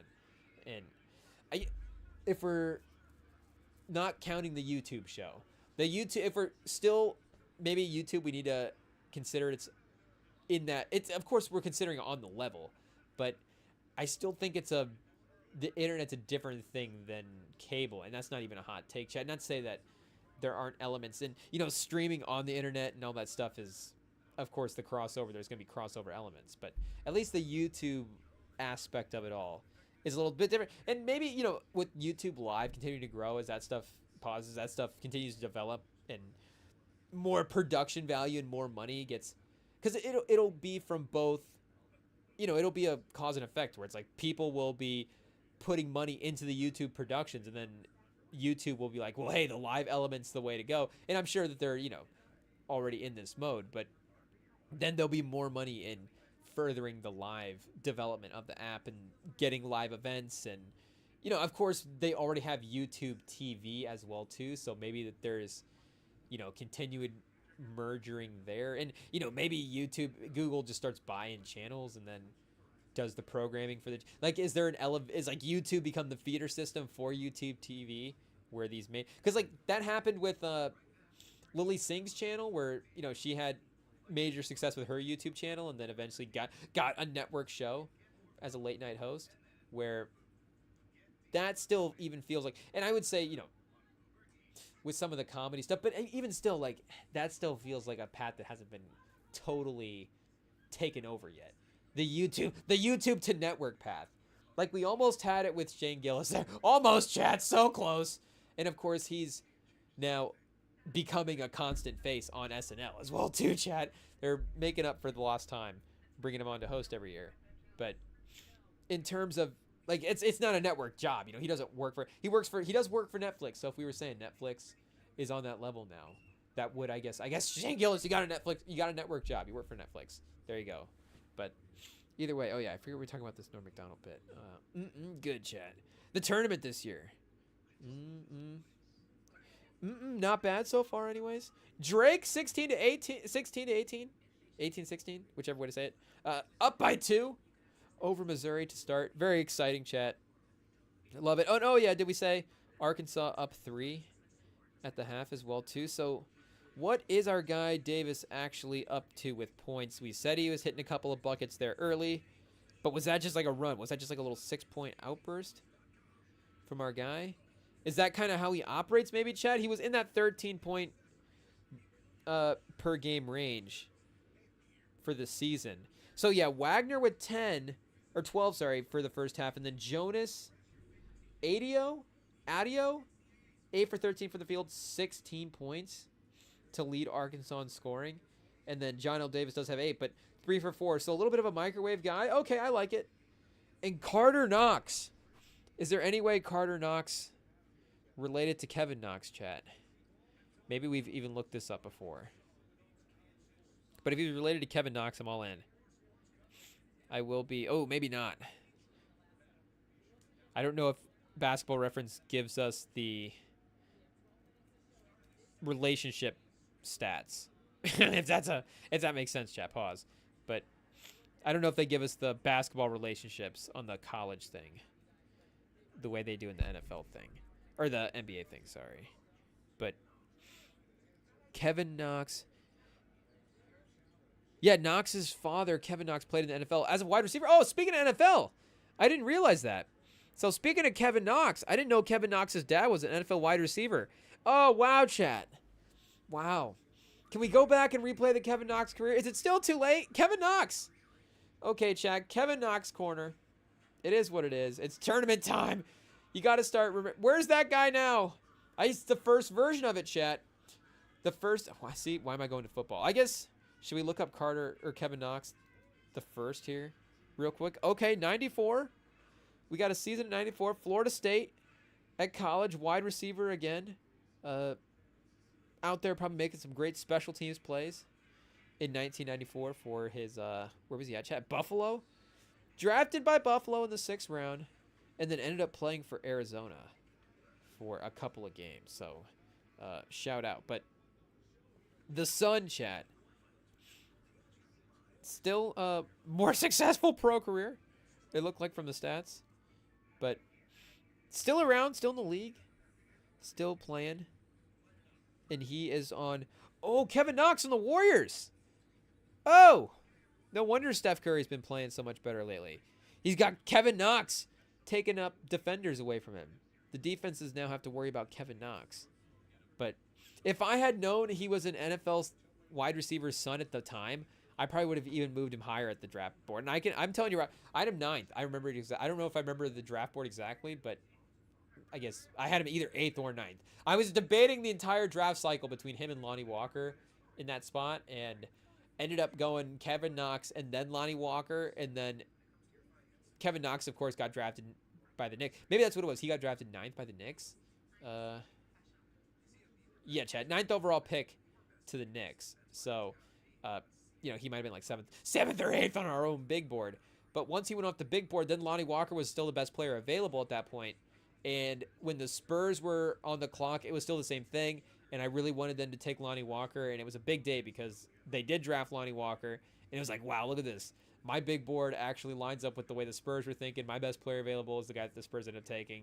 Like, it was like the most in love with the draft pick that I've... Hey, pause, Chad. The most impossible outcome, best outcome that I've... Outside of, I guess, Wembanyama. That maybe. And Castle. Up until, I guess, the Wembanyama Castle run. But... And that's not, I should, not to discount it, because Keldon Johnson I really wanted as well, too, in the draft. And I wanted him at 19, and we ended up taking Samanic at 19 and Keldon Johnson at 29. And I was like, okay, well, if we had taken Johnson at 19 and Samanic at 29, I probably could have talked myself into that. I didn't have a ton of Samanic stock in that draft, but I did like Keldon Johnson as a player as well, too. So that was another big get for San Antonio. He might have been like a lottery pick on my big board that year. So I guess just big on the Kentucky pause. A lot of upside on the Kentucky Wings on our draft board, I guess. But I thought he did thought he made second team all rookie, but apparently not. Could have swore Kevin Knox was an all rookie his first season. And that Knicks fans just really clung to that chat. Whoa! Oh, he barely missed the cut. He was 12th in rookie of the year voting. So that could have equaled out to a third team all rookie if they would have had it. But rookie of the month in December, and a McDonald's All-American as well, too. And not necessarily like a memorable tournament run, but still a guy that we liked at the NBA. And still a potential to redeem our Kevin Knox stock anyways with Carter Knox, chat. Is there some potential there? But, yeah, anyways, we got the Auburn win by 20 here. And then, oh yeah, Omaha, St. John up later. So really all of our favorite teams are up later, chat. Michigan, St. John's, I guess Kansas, shout out Sam, probably watching with, is he with Papa Price right now? Is Papa Price got bets up for Arkansas? You know he does, chat, just to make Sam a little nervous during the game. he's got to throw down some Arkansas parlays. But this is where I guess the games are really going to get entertaining and fun for us. But what were we looking up here, chat? I've already forgotten. We were talking about... I'm still thinking about Kevin Knox. In the Kevin Knox red. Oh! Excuse us, chat. Sorry. It is what it is. We do have power-up snacks in the corner. Like, it's March Madness. You got to settle in. You got to get ready. So maybe we're getting a little too comfy, chat. But, yeah, we will be snacking a little bit later. Yikes. It is what it is. I was thinking about, this might be like a takeout situation. We may have to order some DoorDash. Just say, hey, bring it into the studio in the backyard, chat. It is what it is. But, you know, the DoorDasher will go through hell and high water, chat, to get you your food. At least, you know, if he takes a couple of fries, he'll then really make an effort. Or not. You know, just toss it over the house this way. It is what it is. But, yeah, chat. Anyways, to go back to the slated games for what we had cooking. Oh, Wofford and Tennessee is not going to be much. And it looks like, okay, it's still 11 in the Texas A&M Yale game here. So not getting too out of hand anyways. Rebounding. Yeah, free stream ended. Okay. Okay, we're not trying to get copyrighted anyways. Don't take us down when we don't even want to watch the games. Or we do want to watch the games, just not on this browser here, chat. But, yeah, we'll see if Texas A&M is able to hold out here. Yale! Will they game plan in the second half? Do they have a Tony Stark level guy at Yale that can think of a game plan in time for them to make up an 11-point difference in the second half? We will see. And Drake continues to extend their lead versus Missouri. So things are looking good for the potential future Iowa head coach, I guess, Chad. We'll see how the interview process goes. We'll see how this tournament goes. Maybe Iowa's not enough. Maybe Iowa will be a little too low of a job. If Drake makes a run here, he could be a candidate. He could be next up. But let's take a quick break, chat, and then we will continue following along with an exciting night of March Madness basketball. Texas, Arkansas, Kansas. It's getting actually, unfortunately, Kansas. Well, I guess, yeah, Arkansas up 10, so unfortunately for Kansas, not looking too good. But maybe after the break, maybe us looking away, we'll unjinx them, chat. We'll just have to see. Don't go anywhere.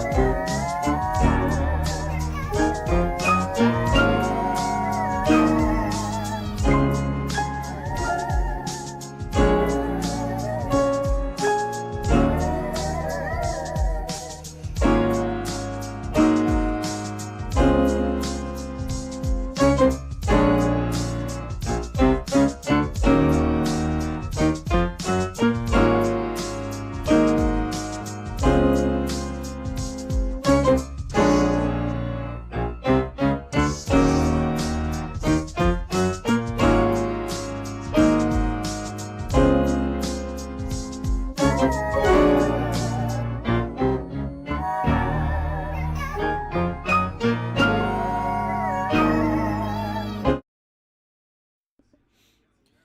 chat, we are back, and as good as Hunter Dickinson has been in his entire career, the Michigan years, the Kansas, I mean, think of a player. Well, anyway, like as good as Dickinson has been, he is the one getting absolutely cooked tonight. Adio, it's the pick and roll game. It's the diving to the basket. It's Dickinson as the defender, and then Adio as the guy attacking. That has been the weakness in the Kansas team so far. But think of, at least in REMINGTOM lore, anyways, how many guys have actually played on multiple of our favorite, like both of our favorite teams, chat? I'm trying to think from an NFL's perspective. I'm sure there's a guy that's played on both the Colts and the Chiefs that I should be thinking of right away, chat. Like, oh, well, Justin Houston. That's a great example. Justin Houston had a great couple of years with the Colts and then played with the Chiefs as well, too. Justin Houston might be the best one, honestly. Best player. For the REMINGTOM days as well, too. For, I guess, you know, how do we want to filter it out? We could go guys that just played for both teams in general, guys that played for both teams since we were alive, and then guys that played for both teams since we've known each other. Like, it could be a couple of ways to look at it, I guess. But for, you know, that, I guess the last one we were talking about, that specific timeline, check all the boxes where we're friends, we've known the guy, the athlete has like kind of entered the scene and then ended up playing for both of our favorite teams as well too. That's just the tricky part, Chad, is I guess for some reason ending up on both the rosters. Yeah, for Indy, he had 11 sacks his first year and 8 sacks his second year, and then a couple still decent seasons in Baltimore. Like, I remember when we let him go, I was like, well, the Ravens didn't give him like a ton of money, and I get the drafting stuff that we end up doing, like stuff guy, but you know, you don't want to keep Justin Houston around for a little bit, but and I think he might have wanted to stay as well too, but unfortunately, that one didn't, I guess, work out. But and maybe in Baltimore, you know, Lamar, he probably got to ring chase a little bit more in Baltimore as well too. But I'm trying to think. I can't think of another player. Maybe there's an offensive lineman from the Colts. Now we're in the. This is a deep cut, chat. I'm going for another name. This is just an offensive lineman that I remember from this team. The year the Colts won the Super Bowl in 06, he did play for the Colts and the Chiefs. Okay, it's another one, Chad. Shout out. Ryan Lilja. Yes, started for the Colts in 2000. Was it? We won it in 07. Yeah, the 06 season. Again, little kid, Chad. I'm trying to remember the timeline of the years. I combine, but I should remember because the 05 season is the year that Vanderjet missed the kick. We should have won the Super Bowl in 05 as well, too. But as a little kid, I guess I remember 05, the losses, chat, for some reason. But Lilja, of course, maybe a little bit more impactful. Those seasons. And another reason 06 was, as it wasn't necessarily, you know, it's not surprising to look back at it and go, oh yeah, Peyton Manning won a Super Bowl in the 2000s. Like, you know, again, we look at a couple seasons ago, could Manning, you could have slotted Manning in for a couple of them. But, and that's, you know, with all respect to the one that I cherish the Super Bowl they won forever. It's the last Super Bowl that the Colts have won. It's awesome, chat. But, in terms of them actually winning in that 06 year, it obviously wasn't the best version of the team. The league, it was the right alignment, of course, for them to win everything at all that year, with maybe the Patriots being down a little bit and some favor. And not you need alignment as well too. It's like the Chiefs this year. You know, maybe there's an NFC team that they're matched up against better than the Eagles. Like, what if the Rams actually end up taking down the Eagles in that first game, chat? Or am I getting it mixed? Yeah, because the Commanders took down the Lions, and the Eagles almost took down almost lost to the Rams. So if the Rams had won, now it's Commanders Rams. You know, just like who knows how the rest of the NFC looks, and then maybe we're looking at another NFC Super Bowl, or maybe the Lions play well against if we're doing alternate scenarios, maybe the Lions play well and they end up advancing to the Super Bowl, and now it's Lions Chiefs, but maybe, hey, the Lions match up. Like, just who knows what the scenarios are, chat. But with the overpowering front and the defensive depth that Philadelphia had, and then, you know, just the trenches, the ability in the trenches that they had both ways, was just too overwhelming for Kansas City. And, you know, terrible matchup, terrible game, disastrous performance. Mahomes had probably the worst game of his career, especially, of course, if you're putting the stakes on top of it. But I mean, the Colts were injured that year. The defense was hurt as well too. Sanders missed a bunch of games, but it all came together in the playoffs. Pause, and then that ended up being the year that they won the Super Bowl. So shout out to Lilja, shout out to Justin Houston, and shout out to Hunter Dickinson. Chat. That's the Rem and Sam crossover Mount Rushmore so far. I guess I guess Pro Football Reference does have the stats. This is gonna let me. Okay, chat here. Let me log in real fast. We can do at least a Colts to Chiefs crossover and see who's won those, or see who's played. We can't necessarily, I think, search up a Michigan to Kansas crossover. And with the transfer portal, make no mistake, there may be a bunch more guys that enter this list. But as of right now, and at least in terms of NFL, and again, Sam doesn't really have an NBA team. So if we were going to go Jason Tatum teammate, like Derek White could be a potential guy, a Jason Tatum teammate as Sam's favorite NBA player, and then a guy that, also played on the Spurs as well. But since Sam doesn't have an official NBA team, I don't know if Jason Tatum as a teammate counts. But if Cooper Flagg and Jason Tatum end up as teammates somehow, then make no mistake, Sam will just commit to that franchise. That won't be team of the year. That'll just be like team of the foreseeable future until those guys just break up at some point and Tatum requests a trade, I guess, in that situation. However, Cooper Flagg ends up on, is it Tatum and Cooper Flagg and Jaylen Brown in this situation? Who knows, chat? Who knows how Cooper Flagg, and if if you're turning Jaylen Brown into Cooper Flagg, I mean, Celtics ownership group taking that swing. They just got sold today, so maybe they're looking at those trades right now, chat. Who knows? Is that a potential thing? Make no mistake, we're calling it right now. Simmons on his pod, and he probably has the right because he has, of course, been a guy that has always been great with commenting on the dynamics of ownership in the NBA, but has also, of course, been a leader in the idea of the chaoticness of new owners when they take over these teams. And now Boston has new owners. And they just got sold today, the highest value of any franchise in sports history, chat. So they got valued over the Commanders even. And I don't know, I guess with what the numbers maybe that Simmons was throwing out there, I forget exactly what he was saying. I know definitely over 5. I don't know if he ever said that 6 was what they were going to, like, of course they're, hoping for over 6, but would 6 have been the cutoff number where it's like, no, we have to take 6 for one of these franchises? If you get 2 at 5.5-ish, like, would that have been enough in the bargaining thing to go for? But it doesn't even matter, chat. They get Boston sold for $6 million. Yikes, chat. What year is this? But $6 billion, 60.1 maybe, to get that evaluation up as the highest. Just barely, but still. And for NBA team as well too. I think maybe there's like a cost comparison that the fact that an NBA team is valued, like, then again, that's not like a disrespect, but that's also just, and that's not even to say, we could say that from a market size standpoint, of course, but just roster size as well too. The enterprise that you're acquiring for $6 billion, like the NFL enterprise that you get is just a bigger enterprise. More players, more coaches, more staff, more, and if, like I said, bigger. The NFL is a league, bigger league, so there's more attached to that as well too. But the teams themselves are just larger organizations. So, not that organization pause like size and cost. Hey yo, chat, but not that was always an equivalent. But you get that it could be definitely that there should be a correlation there to some degree. But regardless, the NBA gets the value that they want. Silver, I don't know if Silver is gonna retake his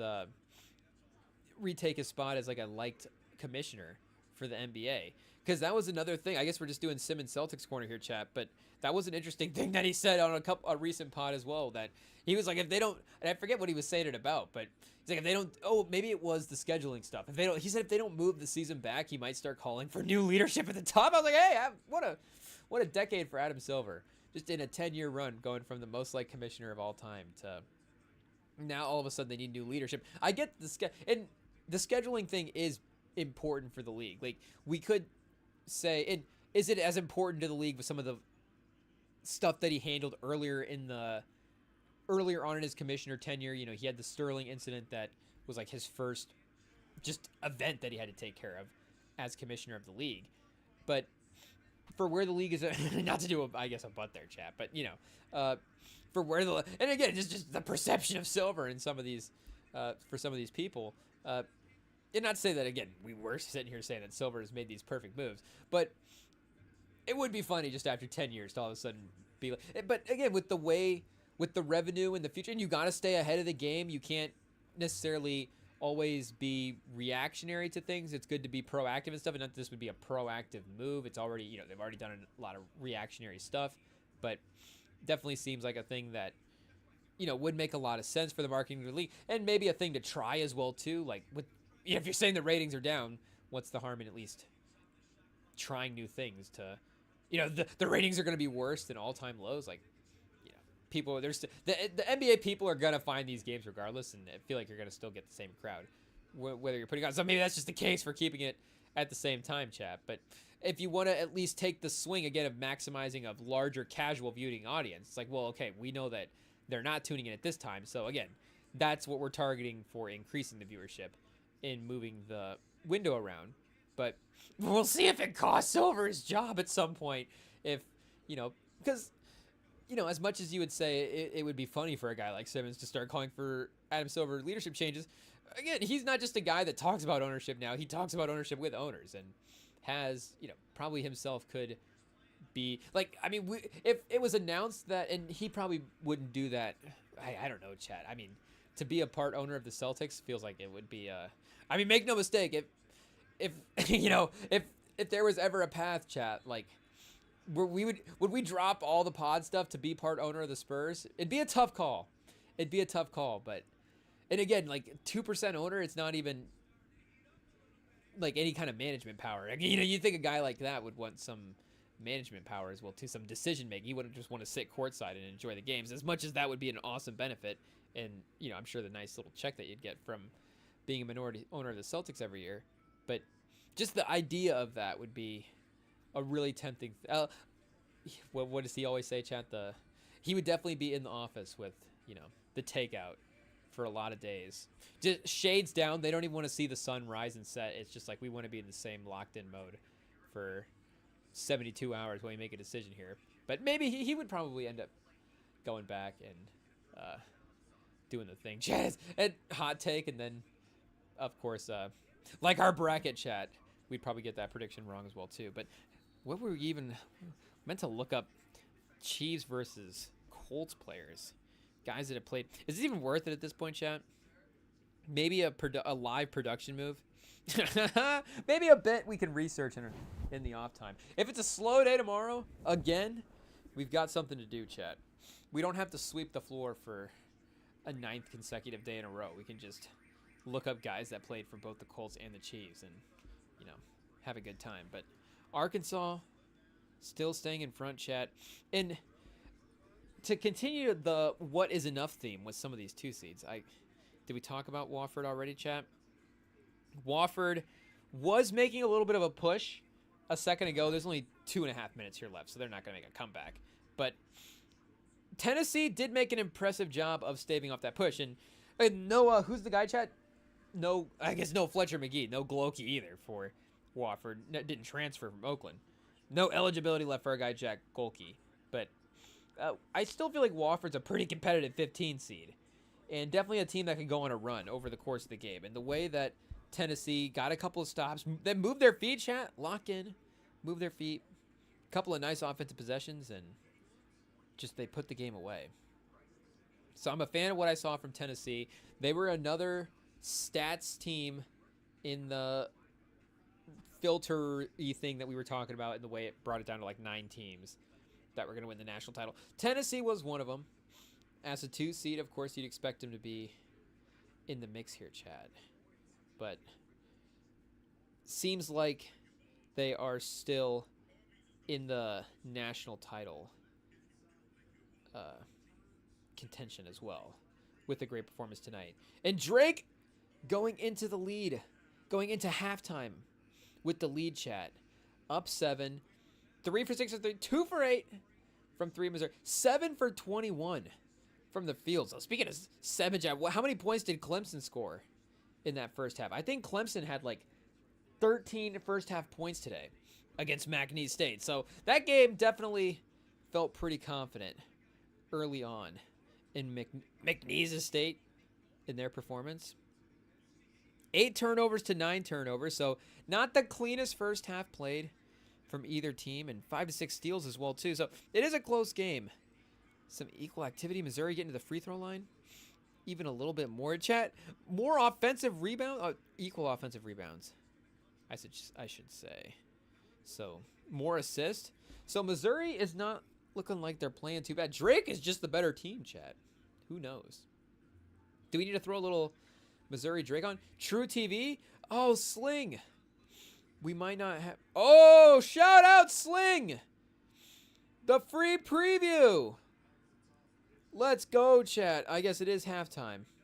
But we'll go to this one. Because, again, Wofford, Tennessee is probably up at this point. Shout out, though. You know, Wofford, they're still down 15. Like, that's not nothing for 15 seed. If you keep it within the deficit of your seeding, I think that's respectable, right? But if a 1 seed loses to a 16 seed by 1 point, is that respectable? Maybe it is, Chad. Again, what was that Purdue-St. Peter's game? I feel like both those games were... And, I mean, as you would expect it to be that type of game, kind of a landslide performance, a lot of threes from the other side. The momentum sort of gets lost in the... You know, do you need hope to get lost at some point for a 1 seed to actually lose? Like, if a 1 seed lost a close game, that might even be more embarrassing in a way. It's like they weren't able to close out the team. But, yeah, anyways, what is next up after? Is that Michigan next on TNT, chat? Oh, Utah State versus UCLA. Okay, we got to be patient. We got to be patient. Michigan is after Yale versus Texas A&M. So we still got a few minutes left in this one. But if Texas A&M can keep it. So we need that game to be a blowout so they don't go into free throws. And then that way, you know, we can get Michigan on the court. We can get warm-ups going. Get the shot attempts. Make sure that we can get that Michigan game going up in time for a nice, decent start. St. John as well, too, is Arkansas, Kansas. Okay, so this is a good game. We need this game to play out. So a nice stretch here, chat. Arkansas, Kansas into St. John's. It's probably why we had this on the main screen, but we'll probably actually switch Michigan onto the main screen when they get there. I think it was just that channel was late starting, and then, yeah, Yale, Texas A&M. We'll let it play out, but Yale is keeping it close, chat. We can't give up on Yale yet. Yale yet? Alliteration, it may get tricky a couple times during the pod here, chat. We'll just have to see. But they're a feisty team. We're just going to throw out some terms for Yale and assume they're true. They're feisty, chat. They're disciplined. Fundamentals. So, close game. They're going to be able to work together. I don't know what kind of adjectives we can use to describe this champ tap, but, you know, just the way that you might describe a Yale basketball team, it could actually be beneficial for making a little bit of a comeback here. We'll have to see. But can Dickinson, can the defense lock down in the middle, chat? Get to the line a little bit? I mean, Devin Harris as well, too. I thought he was like a... Is he still on this team, chat? I thought he might be like a first-team all-American type, you know, point guard. He might even... Who knows? The preseason stuff might have been there for him. The preseason awards, anyways. Which is hilarious that they actually give out preseason awards. I'm sure that's, you know, A-plus summer take material for any college fan, but the summer award stuff is a little crazy. If the NFL just was like, here's a summer MVP. Like, do you literally get a trophy for being a preseason All-American? Do these guys have a trophy case thing? It's like, yeah, 2024, preseason All-American. They thought I was going to be really good going into the season. It's like, well, where's your All-American from the season? Well, I didn't get that one, but I do have the preseason one. So there was some hype. Like, hey, my friend over here was a preseason All-American back in the day. Actually, you know what? I'd be like, hey, that's pretty cool. That means your friend was pretty good at one point. It means he either had a really good season before that, or, yeah, he had a tournament run. You know, he might have an all-tournament trophy as well, too. If he's got no all-tournament, if he's got no other trophies but his preseason All-American, it'd be kind of a crazy career. It'd be like a freshman that, unfortunately, hopefully there's no injury in that career. We're just saying that. I mean, this guy, unfortunately, sucks at basketball, but If he stays healthy, a couple of transfers in there. Who knows how it plays out, chat. But down 3. So is this going to be a real close game masterpiece between Bill Self and John Calipari? Who can find a way to outcoach the other one in a close game? We'll just have to see what kind of moves they make, chat. And no Dickinson as well, too. Unfortunately, it's just going to... Might have to be that type of lineup in the second half. And in the final minutes here. I don't know what the foul situation is. And if they are potentially looking at... potentially looking at saving him for later in the game. But I think that... For right now, with what he was showing defensively in the first half and the way they just constantly attacked him, like that was their offense, chat. He just can't be out there. And I guess he'd have to be dropping the Jokic, the 30, 20, and 20 in the tournament to keep up. And to try to balance it out, to be positive in the box score. But I'm afraid to even look it up, chat. I don't want to see... the positive memories of Hunter Dickinson, I don't even want to see this performance. That honestly, pulling him out, pause, hey, yo. Oh, whoa, chat. Taking him out of the game just to save the memory value of the Michigan and Kansas fans, I think is worth it. Just so we can remember the good times. And not have to remember just Hunter Dickinson getting torched by Arkansas in the tournament, chat. It is what it is. I mean, this guy averaged 6 points a game in the regular season. He can't be stopped. He's the one putting up the Jokic 30, 20, and 20. But I don't think he's quite had the same exact numbers in the first half. Or the second half.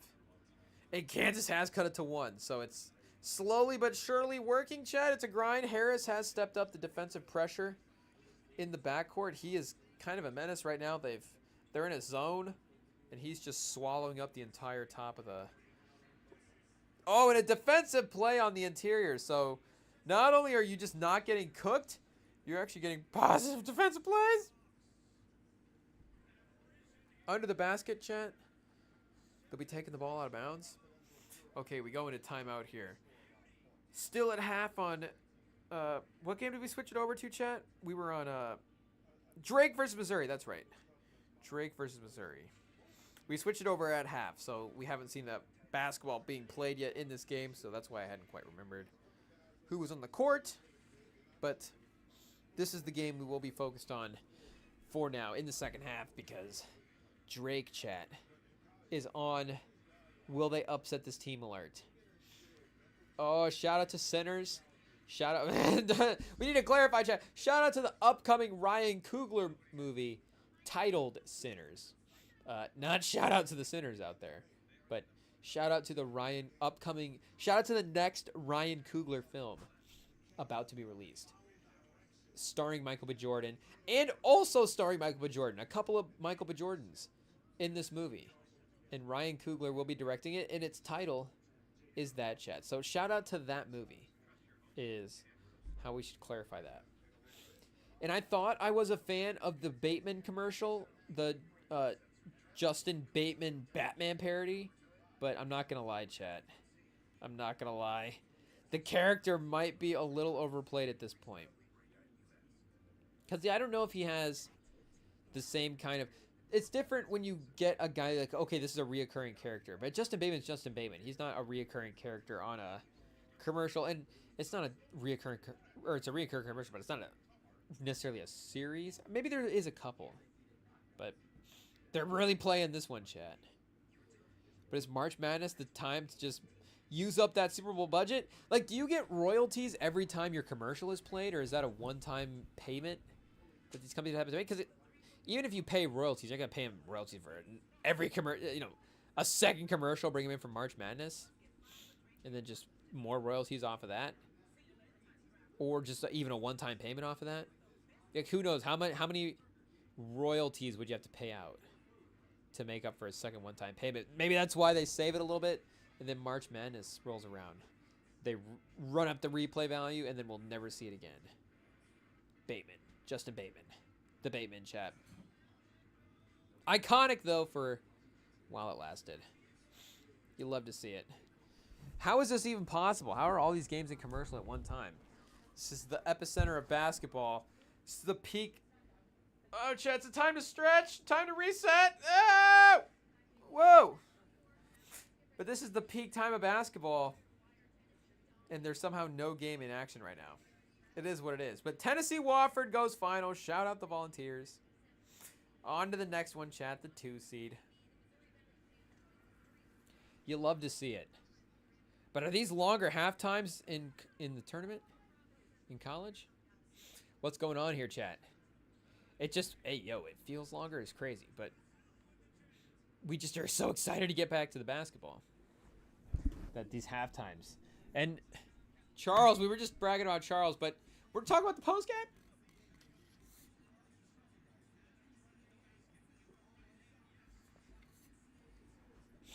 And we don't have any parlays cooked up either, chap. Which maybe is a mistake. Maybe we'll correct our actions for tomorrow's live stream.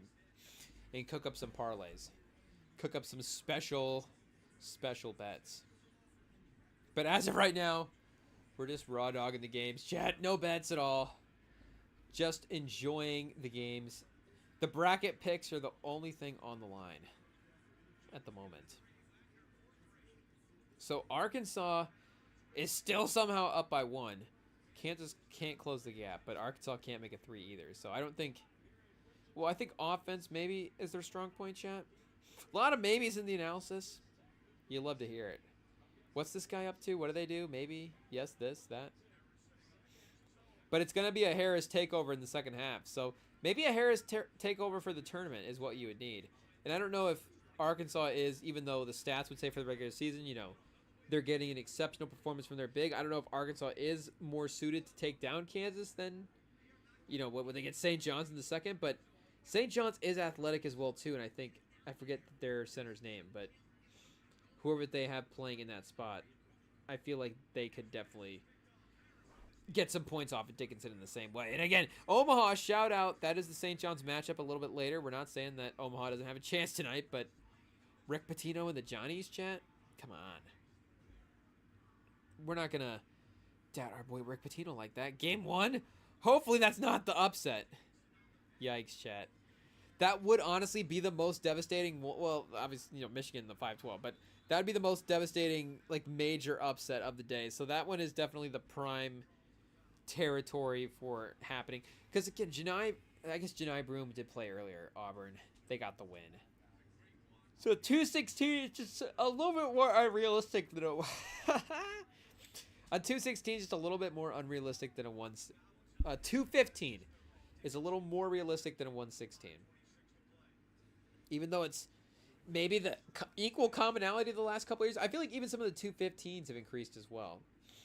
Where we got a couple of 116s where it never happened. I feel like we have had some more 215 upsets in recent history too.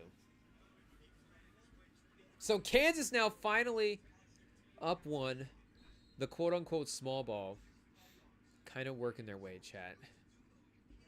Kind of something that they can rely on here.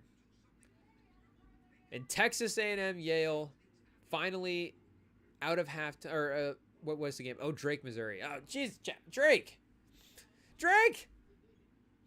That Texas A&M, Yale's still down 9 with 11 left. So maybe we switch over to that one. We go back, chat. Or what were we were on Clemson, Wofford. Shout out or Tennessee, chat. Clemson lost earlier. We'll get it right one of these days. We'll keep it all straight one of these days. But make no mistake, 2025, nobody's got it straight yet. It is what it is. I guess you could take that joke a lot of ways. However you want it. It's layered, chat. A lot of layers there. But now they're up 3, chat. Kansas pouring it on. Is this the run? Only 4 minutes left. KJ Adams take over. 13 for the game. Him a little bit more in the middle of the defense. And they do bring Dickinson back in with 4 minutes left, up 3. He stands tall in the post. So that was Dickinson one-on-one that time, Chad. And again, the way they were attacking him earlier, it was out of the pick and roll. It was movement. It was getting him moving high to low.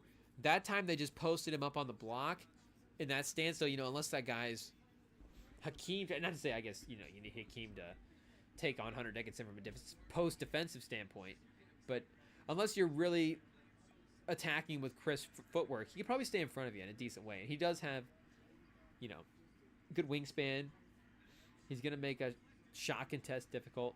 I guess does Dickinson have shorter arms? He might actually, but just in general for his shot blocking size, he's, you know, well built, chat. Definitely seems capable. So it seems like they're trying to continue to post him up and, of course, attack that matchup. But they were just swinging the ball around the rim that time. Coach Cal, what happened to the pick and rolls? What happened to the sets?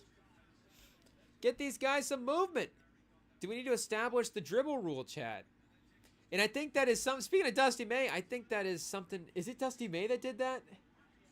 It might have been Dusty May because there's a coach that we really, really respect. So it may have been an NBA coach, but I think it was Dusty May that implemented a legitimate, like, 3 or 4 passing rule. Like, legitimately what we saw Gene Hackman do in Hoosiers with that team chat where he's like, we got to pass the ball 4 times before you can take a shot. Dusty May did that in a game with Michigan this year and with the team. It was like, you guys have to at least pass the ball a couple of times before you take a shot. We need some ball movement on this team, chat. It is what it is. And, of course, it's worked out. They're in the tournament in a decent spot, and they did win the Big Ten tournament as well. So, like we've said, successful season for our boys in blue. But could it have been possible if Dusty May didn't dive into the Gene Hackman bag and start instituting passing rules for the Michigan lineup? I don't know if it would have been the same thing, chat. And I feel like that's one of those things with a bunch of the things that Hackman did as drills for that team. You're like, would this work? But like we're saying, maybe that one actually, maybe Hackman knew what he was talking about, chat. Maybe Coach Norm actually knew what he was doing. Maybe that's why Hoosiers was a movie. Maybe that's why Hoosiers was successful. Maybe that's why the team was able to achieve, chat. Because Coach Norm was locked in and he knew what was up. Dusty May. Is he the next Coach Norm, chat? Oh! Oh! He might be. He might be the next. Is it Dixon? Norm Dixon? That's crazy, chat. But Gene Hackman, anyways, is the guy. And Dusty May is up next. Dusty May, I guess, will have the movie. Hoosiers Part 2. It won't be called... Will they call it Wolverines? It doesn't have quite the same ring, you know? It could have a different connotation. Wolverines. Maybe it implies a different type of movie. What's this movie actually about? Oh, it's a basketball movie, but Hoosiers, I mean, and with as iconic as Hoosiers is, maybe what's the first chicken and egg, title or the thing, but the Hoosier State, I mean, the reason the basketball story takes place in Indiana is because Indiana is a basketball state, and it has these types of basketball stories.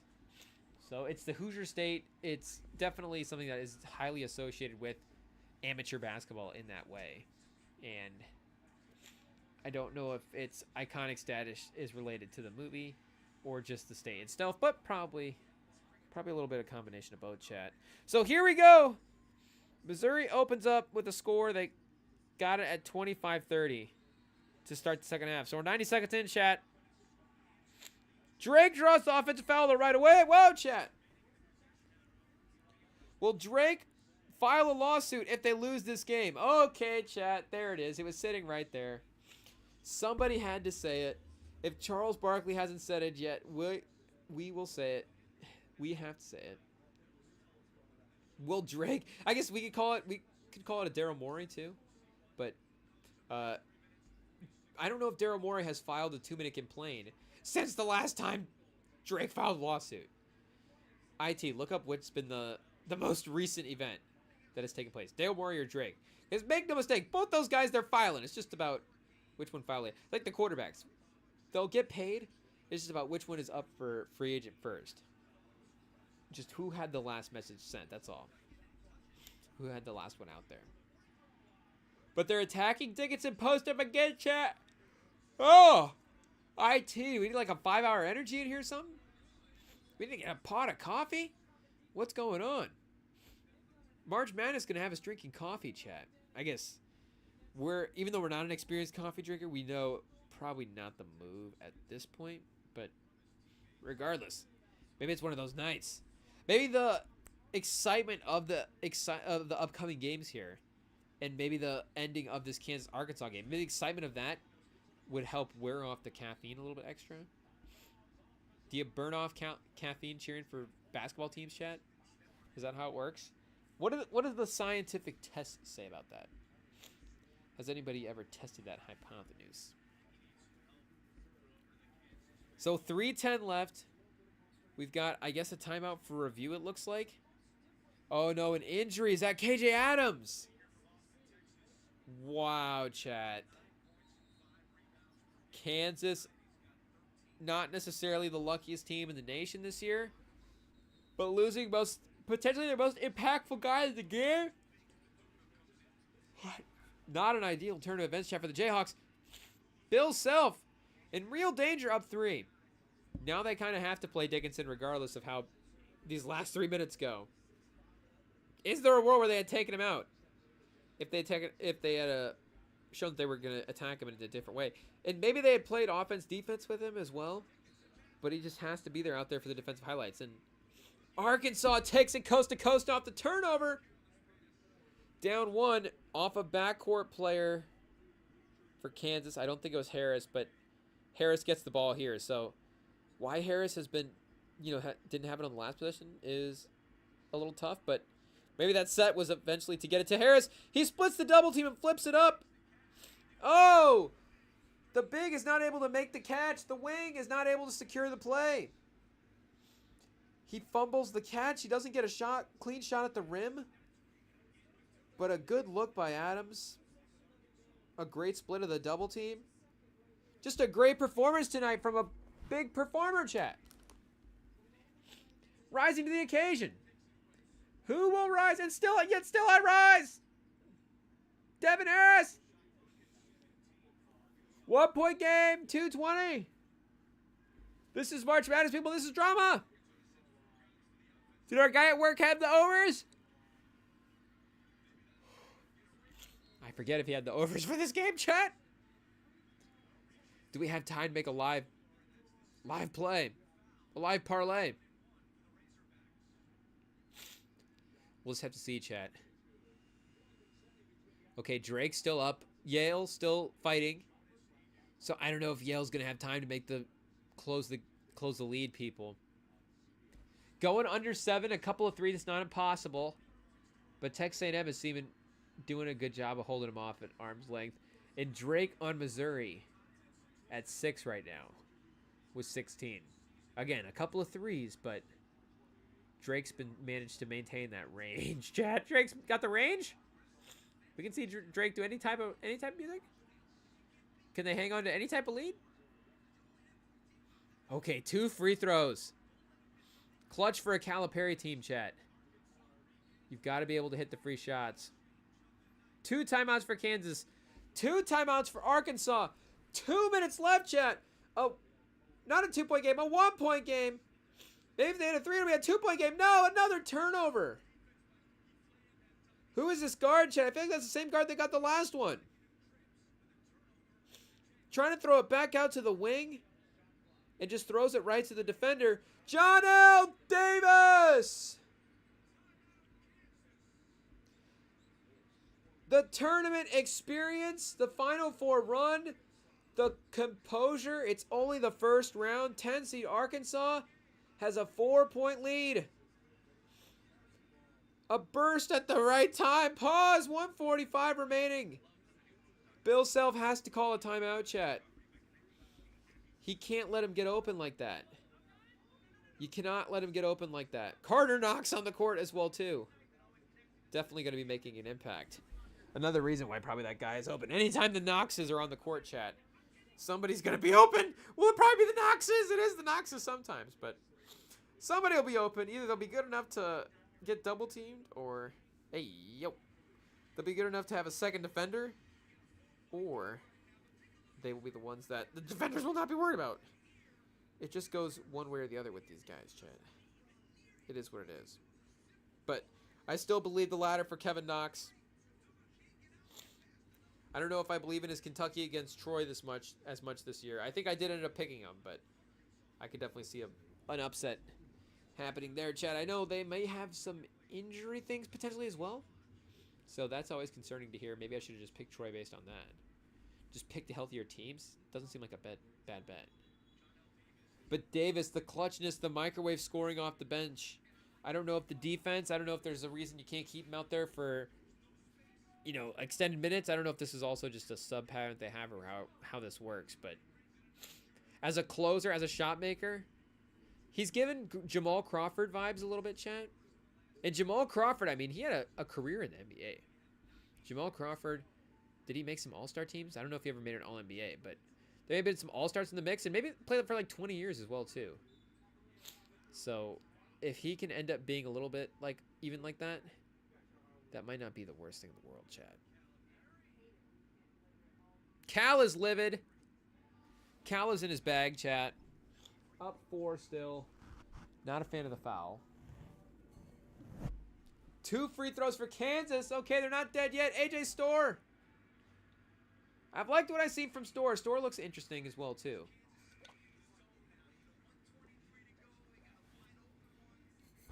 Do we need to do a little store corner, chat? A little visit to the corner store? We'll see if IT wants to workshop that nickname or not, but he's got to be a freshman, a second-year guy? Second-year guy, you know, on some... Oh, just chat. I can't spell today, and I know I just hit the screenshot button. Okay. There we go. Alexander? Do we have to go Alexander Soar? Oh, is his name not Alex Soar? Who's Soar, chat? He's not listed. Tough. Tough for our guy. His data. Maybe the one guy in 2025, his data is not out there. He's checked no to the... Is that a box you have to check in the NBA? Would you like your stats to be made available to the public for consumption and criticism and praise? Yes, no. This guy opted out, chat. It is what it is. College basketball, we're in the right spot. We've been in the wrong spot a couple of times. Pause. Hey, yo. Yo, yo, yo, yo, yo. Get your minds out of the gutter, people. That's disgusting. That is disgusting. But yeah, we've been known to wander over to the wrong page. We've been known to not do the right thing. Okay, Harris. Down 3, 71-69. Harris, don't give this back to the guard. Another turnover. It's Harris this time. Oh, and they called a foul, but it's on Kansas. So even the millisecond of hope you had that they might get the ball back on a foul, Arkansas gets the foul for them. And they're in the bonus. They get to go to the line and potentially add points to the board on these free throws, chat. It was still a one-possession game. The defender fighting around Dickinson, breaking away the pass. The loose ball recovered. Incredible, chat. First free throw down for John L. Davis. Clutch, chat. That is clutch. 37-28. Drake over Missouri. Tournament Central, chat. Scott Madsen? March Madsen? Scott Hansen? I don't know, chat. 6 turnovers in the last 3.5 minutes for Kansas. Literally giving the game away. They can barely even get the ball down into the perimeter. And Arkansas's defense once again locks up. Who is this guy, chat? Possession, they tie it up and it goes to Kansas. So Kansas is going to keep the ball with 30 seconds left. And they're still down 4, so it's not hopeless. It's not hopeless. It's going to be a foul game. It's going to be maybe even them needing to get fouled. But is this Boogie Flan, chat? The defense has been intense.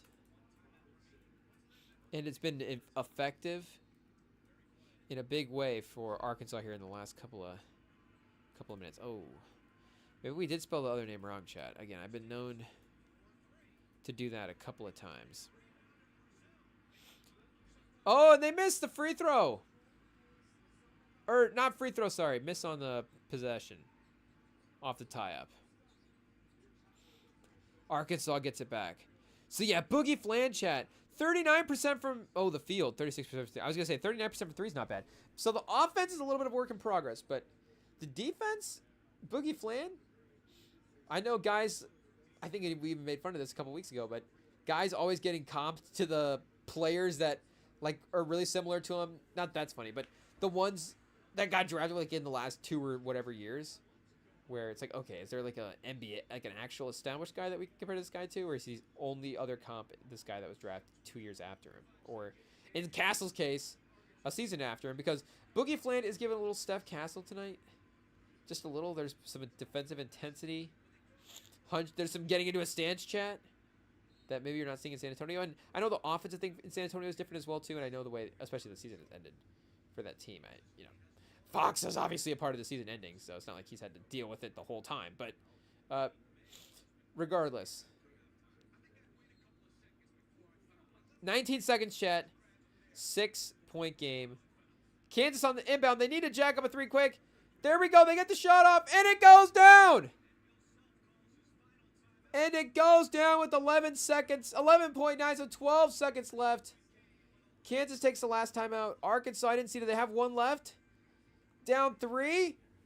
So they're still in the we need a free throw to keep it a 2-score game. You don't even need to make both of them necessarily, but yikes, chat. The desperation heat by Kansas gets to go. And now all of a sudden there's hope. They're still alive. Okay, Texas A&M and Yale continue to wrap up. Again, hurry it up, guys. Michigan, they got to be running out of the tunnel by now. Looking at it on the bench.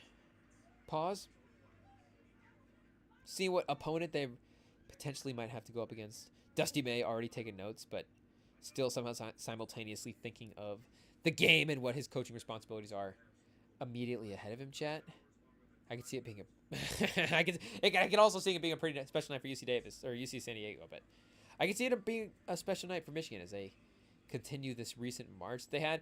And they weren't, like, the best team in the country going into the Big Ten tournament. So, like we were saying, how the Cooper Flag injury sort of reset Duke in a way where it's not the same Duke team having to make this incredible run through the ACC tournament and the NCAA tournament. Michigan, they were not playing the same way in the Big Ten tournament that they were in the regular season necessarily. At least for, like games and stretches in longer periods of time. But at least for the tournament, they've been up to a little bit more on that standard anyways. But regardless, UC San Diego will be a fearful team to go against. And the committee, for some reason, does not like Michigan. But Ohio State, like, as much as we don't like picking Duke to win these things, as much as we, we'll be discussing whether if either result is true, whether the bracket loses or whether Duke wins, North Carolina's a sneaky into the team that we don't really like because them and Duke both took down the Fab 5 teams. And Chris Webber had the timeout game against North Carolina, which sucks, and I don't know like where we're exactly pointing for that one. But for the Duke one, it was not a game to remember, Chad. Not a lot of fun. Or, at least for Michigan fans in the end result type of way. But because of those North Carolina results, and what are we talking about, chat? But because of those North Carolina basketball results, we're not necessarily a fan of the team. If we say because of those North Carolina results, we're not a fan of the institution, could that get clipped out in some big way? Pause. Rem and Sam. Uh-oh. Now there's controversy, chat. We wouldn't want that. In a big way. Pause. I mean negative. Like too big. Hey, yo. Whoa. And that whoa was not just for the person on the TV screen, though it definitely could have been. It could have definitely made sense if that's what I was saying as I saw and laid items on that person. But it's also just the ad-lib that was there on the track, so it's what it is. Okay, 12 seconds, chat. Second half, 3 points. Arkansas to inbound. Harris steals the ball. Maybe. Iconic moment. They have to use a timeout on the inbound. And they're not able to get it out in time. Pause. So Calipari, the execution. We're seeing it, chat. We're seeing it live. All of the Kentucky checkpoints. And how quickly was he able to turn UMass around? And Kentucky as well, too. Feels like he had... Or Memphis. I'm thinking Memphis. But yes, he did also coach at Massachusetts with And who's the draft pick I'm thinking of, Chad? Oh, yikes. I should obviously know who this is. He was the #1 overall pick, I'm pretty sure. At UMass. They made the tournament. 35-2 that one year. Of course, with some Calipari alleged stuff. This looks like UN Kiss, chat. Maybe? It looks a little bit more. When you zoom out more, it looks like UN Kiss for some weird reason. But, oh yeah, Marcus Camby, chat. At 20-8. Absolute stud for Calipari. Then goes to Memphis and is in the NIT championship game in the next season, the second season that he's at Memphis. Okay. Not the NCAA championship, but still, regardless, making his way through a tournament and winning a championship. And then makes the next 2 tournaments. So by his 3rd year, it's turned around. By his 4th year in Massachusetts, it's turned around. So, again, this kind of goes to what I was saying earlier as well, too, with what the expectations for a guy like Calipari might be compared to a guy like Rick Pitino, where we can still see a guy with championship-level success maintain championship-level success for a long time. Pitino's team is very competitive, right in the mix for winning a title, and Pitino is a big reason because of that, and a big reason why maybe a casual fan has some extra confidence in that kind of a team, chat. But I guess, do we expect Coach... And again, I'm asking like what the expectations are preset to the next... Because there's the expectations that we kind of set for ourselves, and then there's the expectations of the actual like accomplishment itself. But for not what we expect Coach Calipari to do, but for like a reasonable setting, you know, is he still gonna... I get, you know, at this point, he's not gonna make it a crunch wrap, but you know, he may. Okay, chat. 3 points here. John L. Davis with a chance to make it a 2-score game with 10 points left. So I guess if he makes this one here, it goes to 5. Still, you know, 2 threes doesn't. 4 and 5 is kind of 4 still gives you that. You know, I guess we could have a crazy play. Kind of hope. But if you go to 5, I don't know. There's something more realistic about the 2-shot sort of element of that, chat. It is what it is. But they will take a quick 3 on the other end. This one is no good. It's from the same spot on the court, same location. But no go, chat. And Arkansas and Coach Cal get the win. So we may be 0 for 1 in the bracket when we started the day, but we're 0 for 1 for games that we started the live stream on in the bracket. Calipari and Arkansas. Or, oh, wait a second. 2.9 left. I thought they let the clock run out. They fouled, chat. Kansas is doing their thing. They're trying. So 2 free throws here. 3-score game. Oh, swish, chat. The pressure is off. The fans are behind them. The game is won. Kansas fans, this is the last shot of hope. Hunter Dickinson. Oh, it rims in. 72-79. An iconic career for our man Hunter. But Arkansas will advance. Calipari. 0.8 left. There's still time. There's still time. They tip in a steal.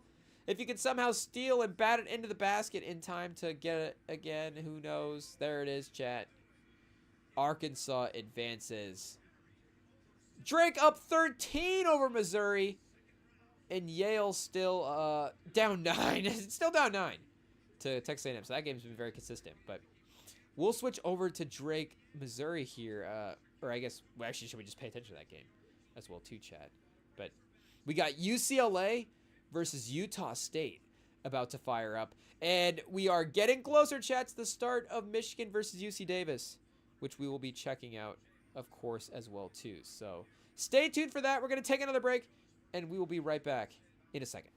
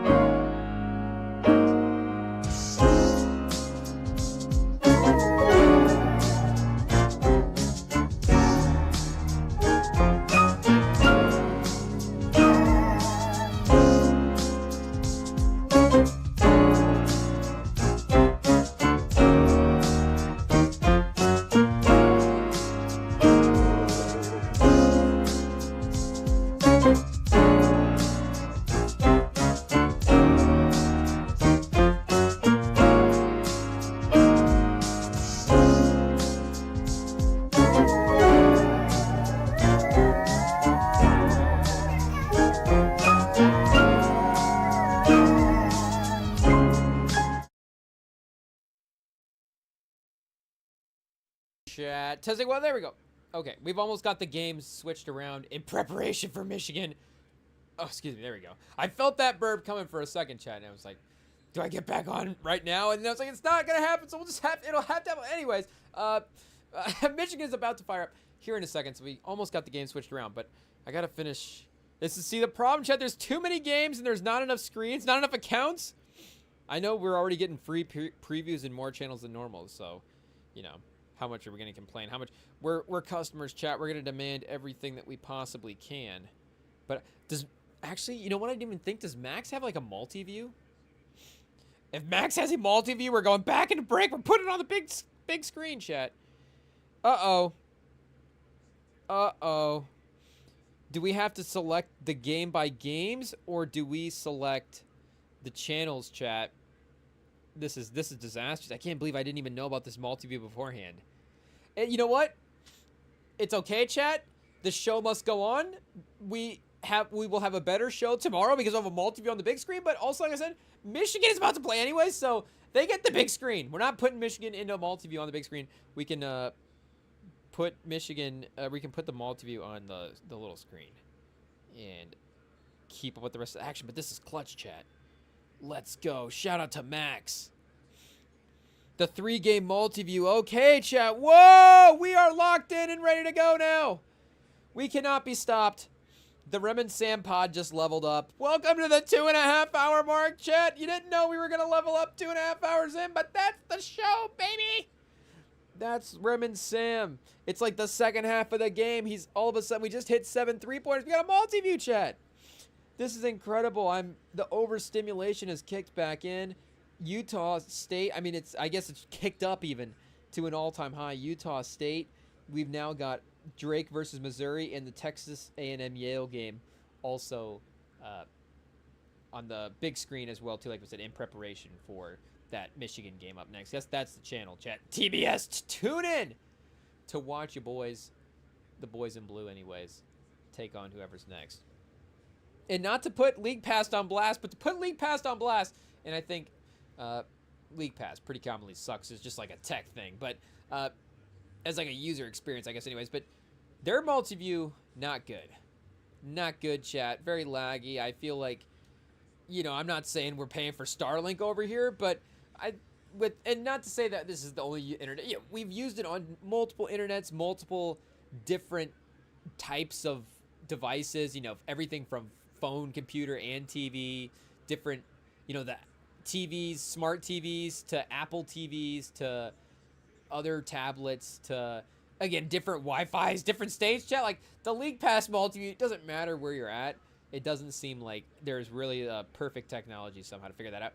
Of all the things, chat, we're working on, not to say that League Pass multi needs to be at the top of the list, but seems like one that we could at least cross off the list really quickly, and then, you know, a shorter list, maybe it makes the more difficult things easier to approach because the list itself is less intimidating. It's like, okay, there's less going on in society now.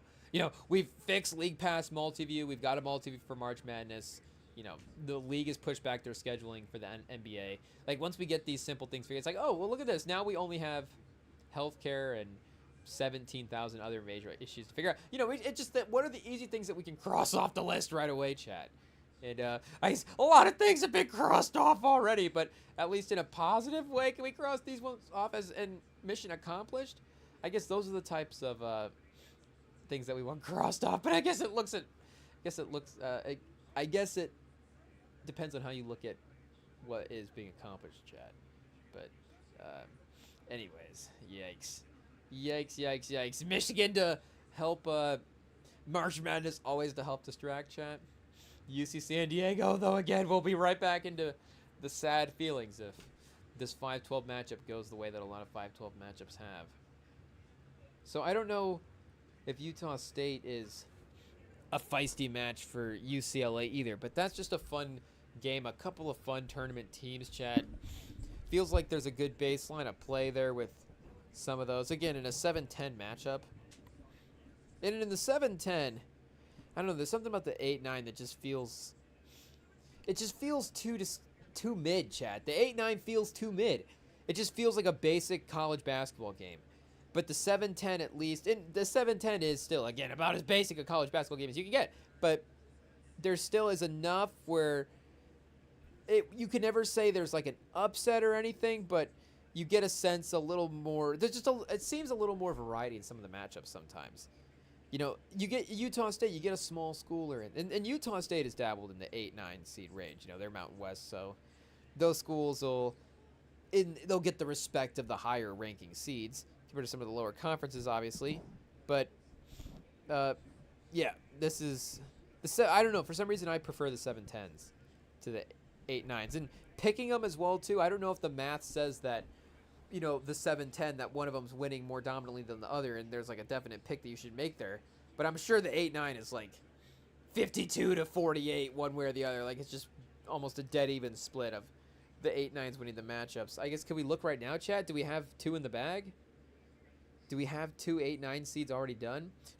Have we stared at Coach Calipari's coaching resume for long enough, chat? I think maybe we did. But yeah, shout out getting the first tournament win. 1-0 anyways for a career. That's just what he needed to do at Arkansas. Just reset the tournament record. He is now 1-0. But yeah, we had the 8-9 with Louisville and Creighton, which not an even matchup by any means, but at least we thought it was going in anyways. I don't know why we went home, chat. There we go. Bracket. Did we get the... Okay, so we got UConn, Oklahoma still. Houston versus Gonzaga. And Gonzaga won, chat. So look at that. We literally got an 8 and a 9. Both won today. So dead even. And for the 7-10s, we had Arkansas win earlier, of course. That was the 7-10. And yeah, this, I guess, would be the second 7-10 of the day. And UCLA is winning that as of right now. So that, like we're saying, could continue to be an even split. But Missouri has stormed back. Is there a way to check the sound for this? Or is it just... Do they kind of live switch it themselves? I think they might just pick, because both games are in commercial right now. So that's good technology anyways. They can move you around to the games like that. But the one thing League Pass is nice, I guess, compared to this is... And again, mobile, I don't know if we had Max up on a screen, maybe it'd be a little different. But with the League Pass... You can I know, of course, like with a lot of multi-views, the way you can just pick over which one you want to listen to is nice, because you can have like, oh, here's like a main game that I want to, you know, the sound, I get the focus, but at least I just can see what's going on in the other games. You know, you can still focus on the other ones, but if you get a run, if another game gets good, you know, you switch the sound over, chat. We all know how multi-view works. You guys are multi-view pros. March Madness, if you're not multi-view pros now, you will be multi-view pros by the end of March, you know, early April. You guys will be an expert in how multi-view works. But here we go, chat. Now all three games are back. Let's see if we can just get a convoluted mess of announcing here. I'm gonna have to... Let me mute here, I want to hear.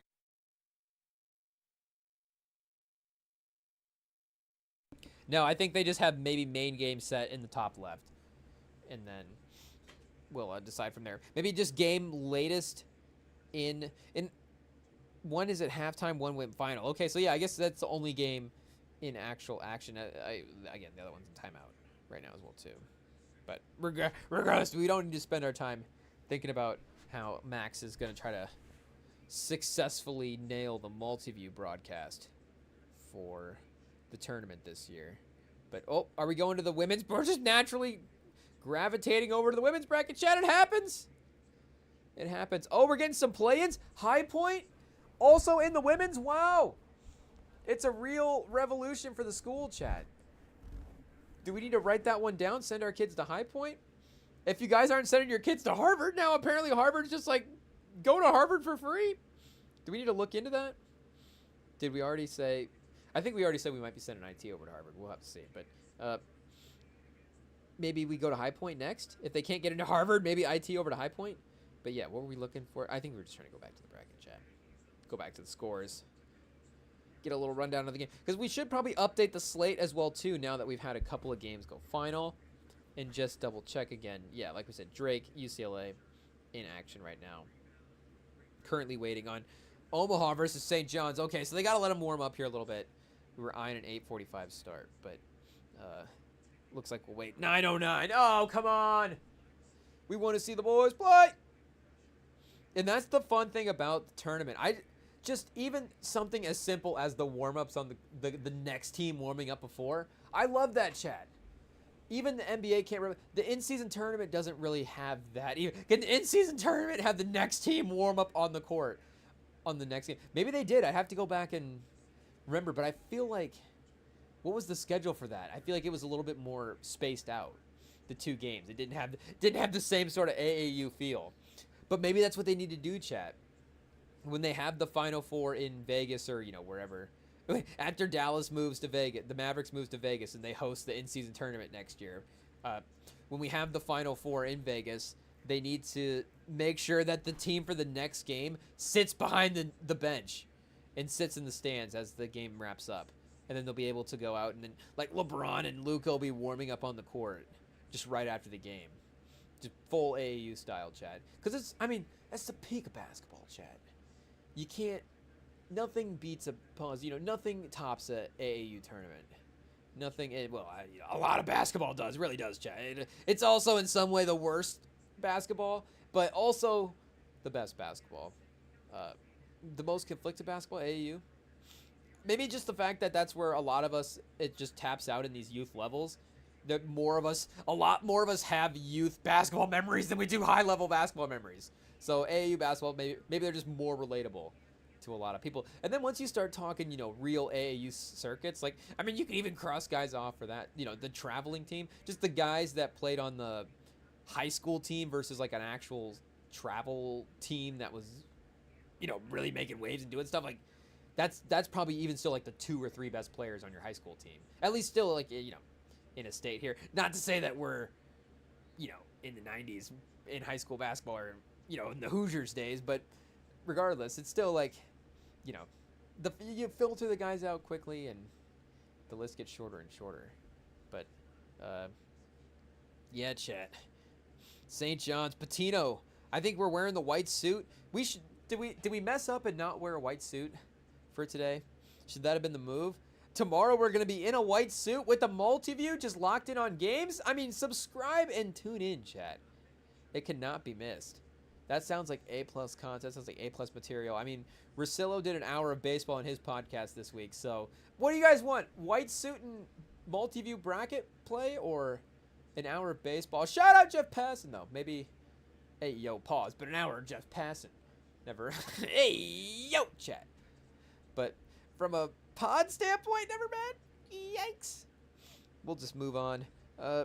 Were there any other games earlier that we didn't mention as well, too? I saw, Gonzaga did really take down Georgia. So is Gonzaga, is this not a shocking statement, but is Gonzaga a team to watch?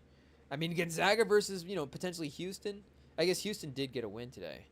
I just was thinking that maybe they hadn't played yet. But yeah, they in a 78-40 game that is easy to forget. Shout out, of course, to SIU Edwardsville. What is even their mascot, chat? The Cougars? The SIUE Cougars? Or maybe Panthers or something? Something along those lines. Some kind of cat in the mix there. The Wildcats? Maybe? Mountain Lions? SIU Mountain Lions? Who knows? Is the mystery of it better? But we do know that that is a Bulldog, chat. A couple of Bulldogs maxed up against each other. Georgia even dominating at the free throw line. Gonzaga, maybe the best three-point shooting performance we've seen so far, chat. At least in the couple of box scores. 60%. 24 for Battle. Ajayi? Another Ajayi, chat? 1 for 4 from the field. And then Ike. Ike. Whoa. And another Nemhard. A legacy team here in Gonzaga. No wonder they're dangerous. A couple of legacy kids. We get Carter Knox to transfer to Gonzaga. That might be the move. But then again, you got the Knox connection with Calipari. Definitely makes sense as well, too. And is this Bryce Huff, chat? Who's B Huff? I thought Bryce Huff was in the league. Is it a different Huff? Is there a second Huff? The Huff. Braden Huff! Is this the next family, chat? We had the Plumleys. We had the Zellers. And now we're going to have the Huffs. I think the Plumleys and the Zellers all went to the same school, though, right? Maybe. No, not the Zellers. The Plumleys all went to Duke. But I don't know if the Zellers all went to... Did the Zellers all go to Indiana, chat? I think Tyler and Cody definitely did. Is that the only two? I thought there was a third Zeller. There definitely is. Indiana for Cody. If there is a third Zeller, we're just going to say that he was Indiana. Unless he's like, I'm forging my own way. Yeah, okay, Tyler did go to North Carolina. Tyler Zeller, Tyler Hansborough, you know, you get your Indiana forwards mixed up there sometimes, but or your North Carolina forwards mixed up, but some different schools for the Zellers. So, different schools for the Huffs as well, too. We got Gonzaga for Braden and Virginia for Bryce. And I'm just assuming Braden Huff and Bryce Huff are related, I guess. But they have to be. B Huff? Hey, yo. But B Huff in it? Yeah, yo! Hey, yo. Is YouTube, are we still live? But there's got to be a family tree there somewhere. So, impactful performance today. 8 for 11 from the field. 18 points. And Hickman as well, too. 18 points. So, yeah, in a 90-point performance, you'd assume a lot of points. But the starters really showing out, chat. So, look out, Houston, on Saturday. It's going to be an exciting game. A fun watch. That it might move near the top of the list. Can we look at some Saturday matchups already? To be announced. Okay, here we go. Here we go, chat. Creighton versus Auburn, yeah. Wisconsin versus BYU. And Gonzaga versus Houston. Purdue versus McNeese. And Arkansas versus either Omaha or St. John. Okay, yeah. So, Michigan versus Texas A&M, potentially, if the next couple of hours go our way. And I guess we still need this potential game to be totally decided as well, too. Tennessee, I think they're in a comfortable spot to win their next game. UCLA here is at, let's see, Drake, Missouri. We should pay attention. 3 minutes left, chat. 3 minutes left. 3-point game. Drake's still in the lead. So can our guy close it out? Did we even look up the coach's name from earlier? We were gassing him up. I don't even know his name, chat. I just like, Drake is good. Whoever their coach is, hire him. They got 30 wins. So can he coach a game and close it out? We'll see if they can hold out Missouri. Stanford Steve was loving on Missouri. Stanford Steve, call in and defend your pick. Drake's taking your guys off the dribble right now. Are they going to be bumping Nokia in the locker room afterwards? They might be, chat, because that layup puts them up 5. I don't even remember the words of the song. Is it Stacy? Chat, they're ingrained, I guess. Is it Keisha? Is it Becky? I think I'm getting the names right, too. I'm just spitballing.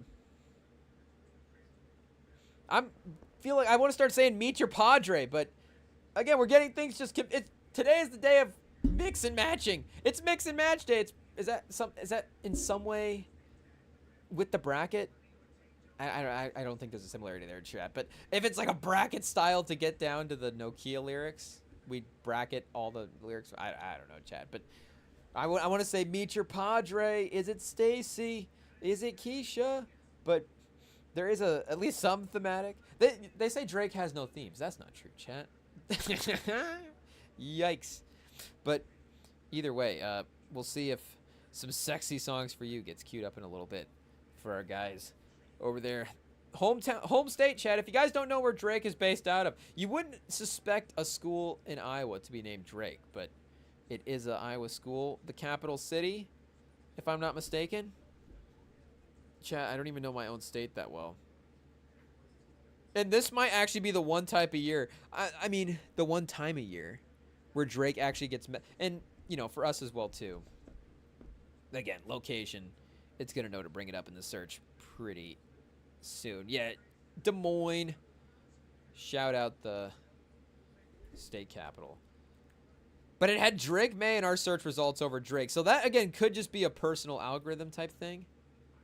But at least it didn't have Drake University over Drake yet. So if Drake University goes over Drake in the search results after March Madness, will we know that something is truly up, chat, with UMG? Is that how UMG continues to suppress Drake? People are gonna clip this and be like, "Look at how far the Drake supporters have taken this." But but is UMC gonna start pushing Drake University in the Google searches over Drake. We'll see. Maybe we should just stop playing GNX, chat. You know what would actually help Drake if we played his songs? But you know what the problem is? We're playing Kendrick songs right now, chat. It's just what it is. We're playing Tyler songs, playing Travis. I think, we're still playing Drake songs, but everybody's playing Kendrick songs right now. And that's the guy that everybody that you would have said back in the day, of course, was the guy. Who's just the everybody is listening to guy from hip hop? It would have been Drake. It's not Drake. Oh God, it's Kendrick. It is what it is. He's taken the spot. It's not even a hot take anymore. We're just rehashing old points at this point. The man runs the game. It took I feel like that's a record though. What are we at, the 3-hour mark? It took us 3 hours to bring up Kendrick. That's not doing too bad, chat. March Madness. It's got us locked in if we're, hour 3 before the rap beef gets brought back up. Is that how it's starting to finally be over, chat? Pods can be 3 hours long now before Kendrick Lamar gets mentioned. It is what it is. Maybe we'll A+, we'll put him in the A block next time, chat. Who knows? Maybe he drops a single or something tonight. Maybe he drops a single called March Madness. Maybe he's doing an academics right now. Pause. Hey, yo, chat. But not, he would, because, well, I guess I'm just now subconsciously thinking of my own theories.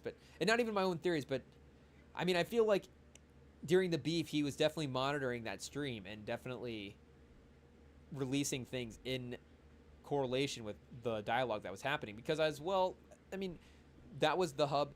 And for his opponent as well too, like he's going up against Drake. That's not just a major hub for hip hop news. It's also a major hub for Drake news.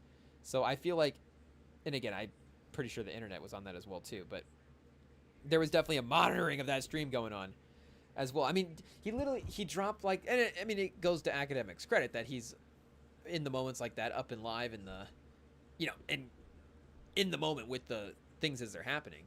But he's like dropping Not Like Us while he's on live stream to react to it. It's like, I think he's definitely, he's playing it perfect, chat. He knows that just right away it can just immediately ignite, even not that it wouldn't have ignited, of course, just, hey, here's a song. But it's like, here's a song and immediately there's a conversation already going. It can just immediately pick right back up. So what I was going to say earlier is maybe he is watching this stream like he was watching the academic stream, and maybe he'll drop a song called March Madness because we've called him out for it. So Kendrick, if you're listening, we need a new track on the Instagram. Get that Instagram discography up. I'm going on there to listen to Watch the Party Die. Throw a couple more singles on there. Give me some rotation on the Instagram. There wouldn't be nothing wrong with that. I don't know how that necessarily, I'm not necessarily, the money stuff, I'm not necessarily saying don't get paid for your music, but also you're getting paid for your music right now. So like a couple of singles, and not saying that, I don't know just because of the label stuff, I don't know how the dynamics of the business of it go with posting on Instagram, but 2 or 3 just by the end of the year. Just every week. It's never enough Kendrick songs, chat. It is what it is. But keep us anytime entertained, or put the party on put Watch the Party Die on streaming, and then I'll either one. And so those are the 3 options right now, chat. That apparently GNX and all this stuff is not enough. We need either Watch the Party Die on streaming, we need a single called March Madness on Instagram, or we just need a couple of random singles. If he titles a single March Madness, then that's specific enough. We'll be thankful that he was just tuned in and willing to put in the work to drop a track that soon. But either way, chat, yikes. St. John's, are we up and going? Are they in the multi-view yet? They don't have the national game in the multi-view. Okay, so we got to let this Drake Missouri game play out here real fast before we go to St. John's. And ideally, for entertainment values, we want to say, hey, maybe it stays a close game before we get there. But because it's St. John's, because we're emotionally a little bit invested in this team, we want them to make a run. If they just dominate Omaha, it's a 20-point game before we tune in, that's totally fine, Joe. Let's shout out to Omaha. Omaha. But St. John's is the team this year, chat. Omaha is just a team in the way. It is what it is. So maybe Omaha's listening to this live before the game, and they're like, wait a second, team in the way? Now they're going to start bombing threes. The coach is like, did you hear what the Remington bot said? At halftime, they're going to go in and give him the message, chat. Yikes. IT, strike it. Get it. Cut it out before the coach can hear it. The scouts. And UCLA also continues to maintain a 5-point lead. So, yeah, chat. For some reason, why not just put the fourth TV in the fourth screen of the multi-view? Who cares? CBS, whatever. It can't be that much streaming loss, right? Or is it the Paramount Plus thing that they don't want to lose out on? Because you can stream the CBS game on Paramount Plus. So they're saying, hey, if you can stream it also on Max, are you going to go to Paramount Plus? But just don't, the multi-view's not on Paramount Plus. So it's like, hey, if you want to stream the solo game, then yeah, you're going to go to CBS and watch the game. But if you're going to be watching the multi-view anyways, just put it in the multi-view. These don't seem like difficult producer choices, chat, but for some reason, and again, I'm not a businessman, so you look at our channel and you look at HBO Max's channel, and I'm sure their businessmen are probably going to continue to listen to their own advice. But I'm just saying that if you put me and Sam in the charge of the HBO Max multi-view, chat, you're getting 4 games. It's just what it is. It's the quad box. It's the real multi-view. Is the quad box just copyrighted at this point? Like, only Sunday Ticket can put 4 games in a multi-view, but League Pass is doing it, so the concept is not copyrighted. It looks good, chat. Okay, here we go. Are we ready? The Tritons? Is that UC Davis? They've got, I mean, they've literally got King Triton from Little Mermaid. Is that bad that I'm not 100% certain on what his name is? I'm sorry that Little Mermaid is not in my rotation a lot, but hey, I know, chat.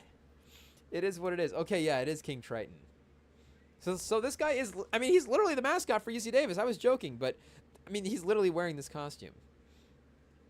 And I keep saying UC Davis. I mean, I don't know if is UC Davis a totally different school? UC San Diego? There's enough going on in LA that, yeah, here we go, chat. Shout out King Triton. The blue and yellow are throwing me off. It's not maize and blue. Maize and blue only belongs to Michigan, but the blue and yellow are throwing me off right here. Because make no mistake, it's a cool mascot, chat. I can't deny it. I can call it King Triton, and I can pretend, Little Mermaid, whatever, but it is what it is. I mean, the bobblehead. Look at this, chat. Oh, chat. If you guys start sending us King Triton bobbleheads after they upset Michigan, I will not be opening those packages. I'm just going to assume that any gifts sent over right now are King Triton bobbleheads. So please, Sam, if you're listening, don't send a King Triton bobblehead if we lose this game. Andy's arm wrestling, 2018? He goes back, chat. Hey, yo. Pose. But a terrifying mascot to rally the fans and rally America. And I know Michigan's not like a... Well, maybe I'm projecting. I don't think we're a hated school, chat. Especially the basketball team. Maybe the football team's not in everybody's great graces right now. But also, we had a down year. We upset Ohio State. I think we kind of paid our fair share for the potential scandal of the championship years. So I feel like we could be back in everybody's good graces if we were a competitive team again. So I don't think we're one of those schools that people want to see us lose. And plus, I think a lot of people did end up picking Michigan in their brackets as well, too. So I think there is an attachment to the picks and maybe some money as well. But just the emotional value, I don't think people would want to see us lose. But just the underdog story is always going to win the day. The 12 seed with the cool mascot and the fun story is always going to get just the neutral observer to gravitate toward them. But, I mean, UC Davis literally has more wins than us this year. So I know, UC Wilmington has more wins than Texas Tech. But, hey, maybe we need to look at that. We have time to bet UC Wilmington, chat. I don't know. Did Montana have more wins than Wisconsin? Let's take a look tomorrow and let's see. I don't know why I've never thought of this theory before. Because maybe it doesn't really mean anything. Yeah, Robert Morris has more wins than Alabama. Okay, chat. But one more win. Duke, much better than Mount St. Mary. Memphis, more wins than Colorado.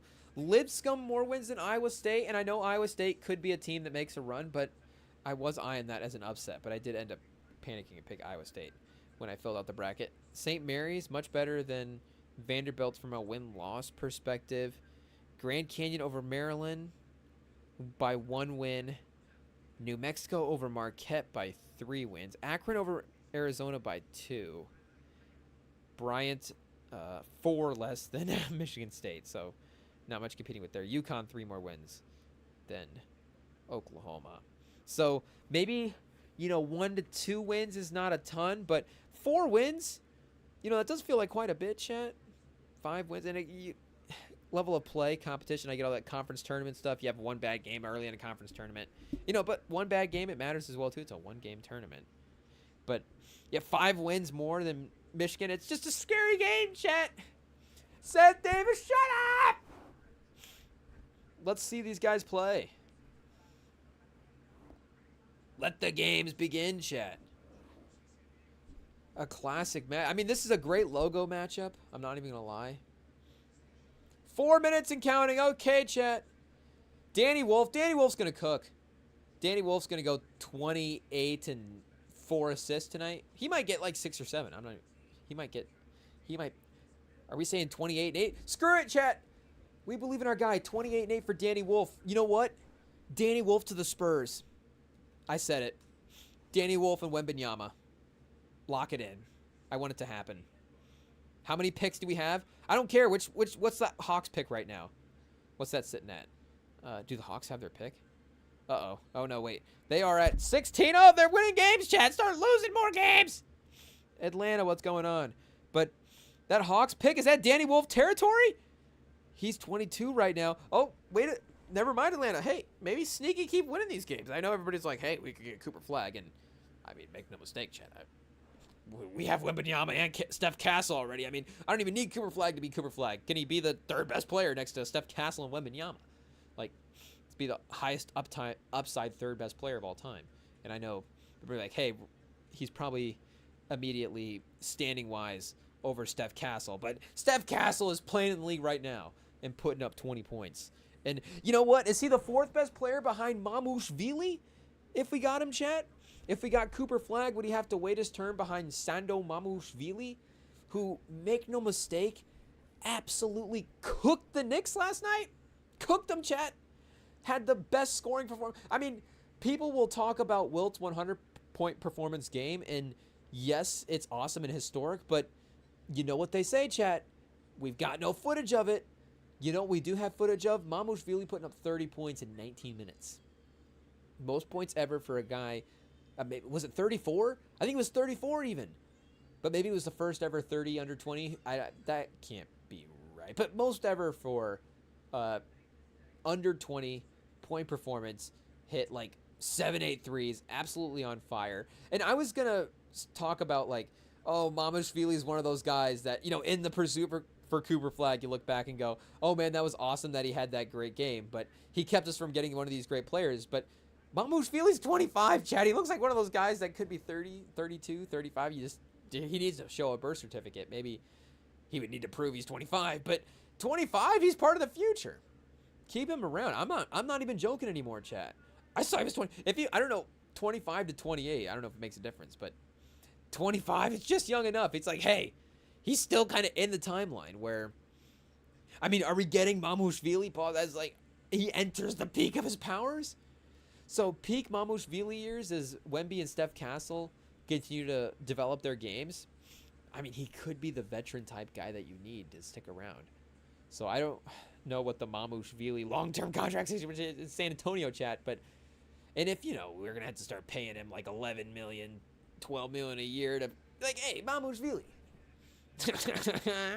Again, I'm not trying to take bread off his table. If you can get $11 million from San Antonio, I mean, by all means, you got to take it. If you're Mamushvili, but oppose. But if you're San Antonio, I'm not saying I necessarily want to overpay for him, but he was awesome last night. So now would be the time to definitely say that you would. But if we could sneaky get Danny Wolf with this pick, chat, especially after this performance in the tournament, after this tournament run that he's about to have, Danny Wolf or Con Knuppel. I mean, let's be honest, chat. I know Con Knuppel gives you some playmaking and some perimeter ability as well, too. What's Con Knuppel's three-point shooting percentage?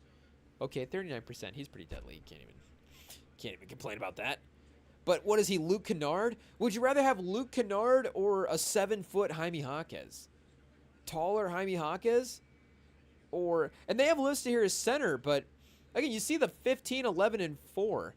I mean, Jaquez might even be a little disrespectful to our guy Danny Wolf, and shout out to Jaquez. But he does have a little bit more maybe all-round playmaking upside. But then again, the college thing, 4 turnovers to 4 assists.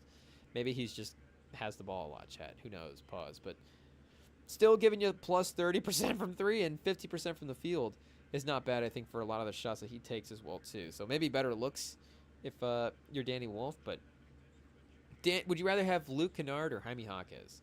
Let us know. DM us on REMINGTOM on Instagram, and we will see what happens. But we're here, chat. The game is kicked off. Michigan has won the tip, and Michigan will get the first crack at scoring points. Donaldson at the top of the key. No good, chat. So the three-point shooting, of course, is going to be a huge variance here for Michigan. Danny Wolf to get things started. Chat, the white guy clapped to start it off as a celebration. And Danny Wolf has got a 3 to start it. So this is the first ever appearance for UC San Diego as well. I think I do remember looking that up. One of 6 teams this year with 30-plus wins, so just a dangerous team. And stepping out of bounds on the first possession. Let's go, chat. Let's go. So you don't leave Danny Wolf that wide open. The best player. Oh, chat. I know it's one game versus a 12 seed, but he has a chance. With what we made in the Big Ten tournament, he could go in the Michigan list of guys. He could go in, Michigan great. Again, respect to Danny Wolf. It's just, you've had some great basketball players play in Michigan. But with what he's been able to accomplish, the emotional value of the Danny Wolf teams, he definitely is continuing to impress himself, Chad, on the hearts of Michigan fans. It's just what it is. It's an endearing team. The first Dusty May team. I mean, it's like, I keep comparing it to that first Harbaugh team, but it was such a positive year of having Harbaugh and just being a competitive, having a feeling of like, oh, we're a good team now, and that hope of we're going to be a competitive team again. I know the Harbaugh thing had its time and took him a while to get a while, quote unquote, but took him a couple seasons to build up that title team before he was actually able to accomplish that goal. But that just initial season of all that hope and energy, it's all the expectations, chat. But it's that similar, and not that Dusty May was Jim Harbaugh when he got the job, but of course with how he's performed in that role.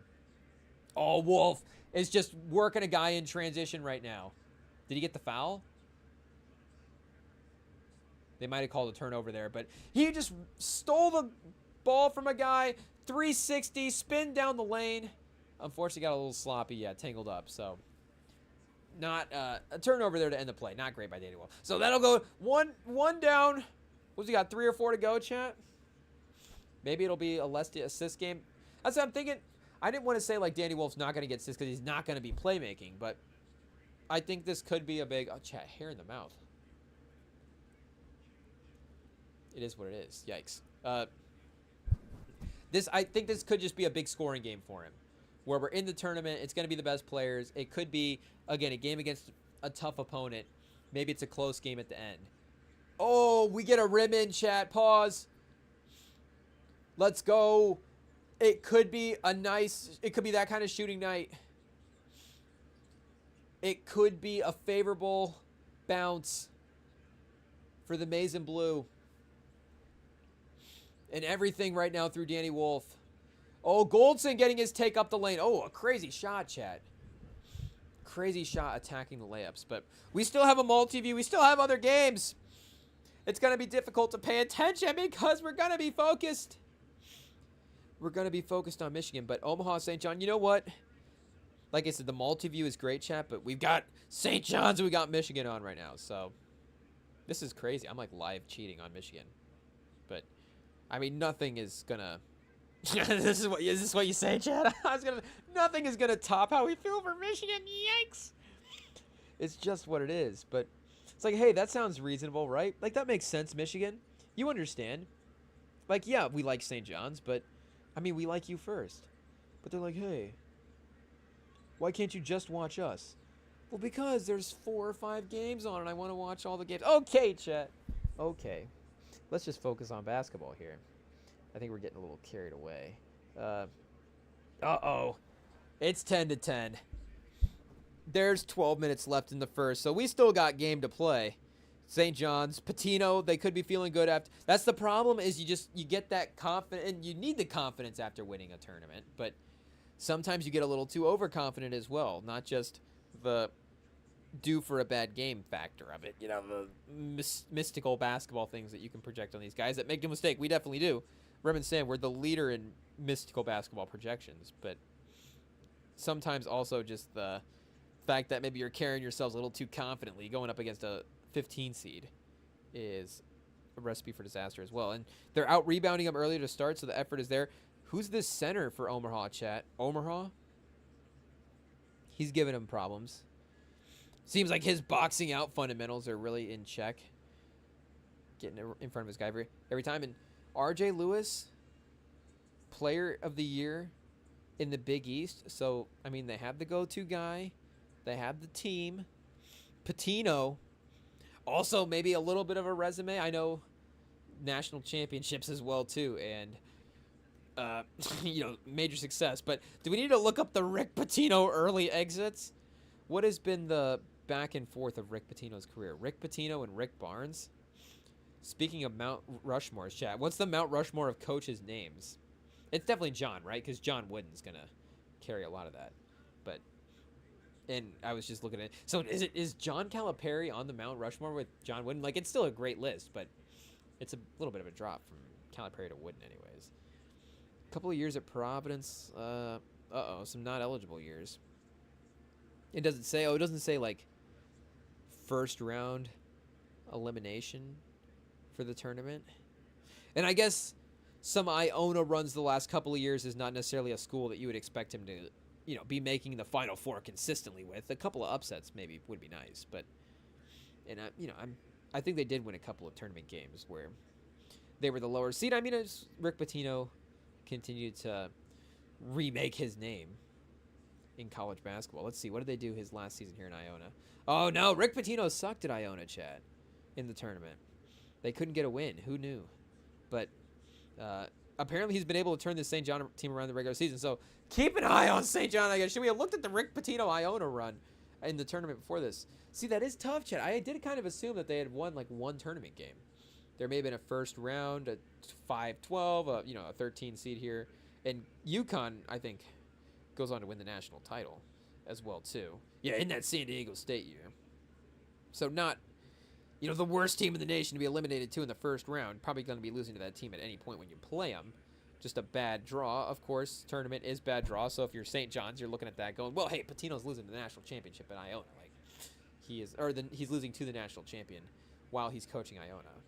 It's still doing a pretty good job maximizing that roster. But, yeah, tough start for the Johnnies. The unanimous love for the Giants. Maybe not just us as a mistress team, but another just kind of beloved team.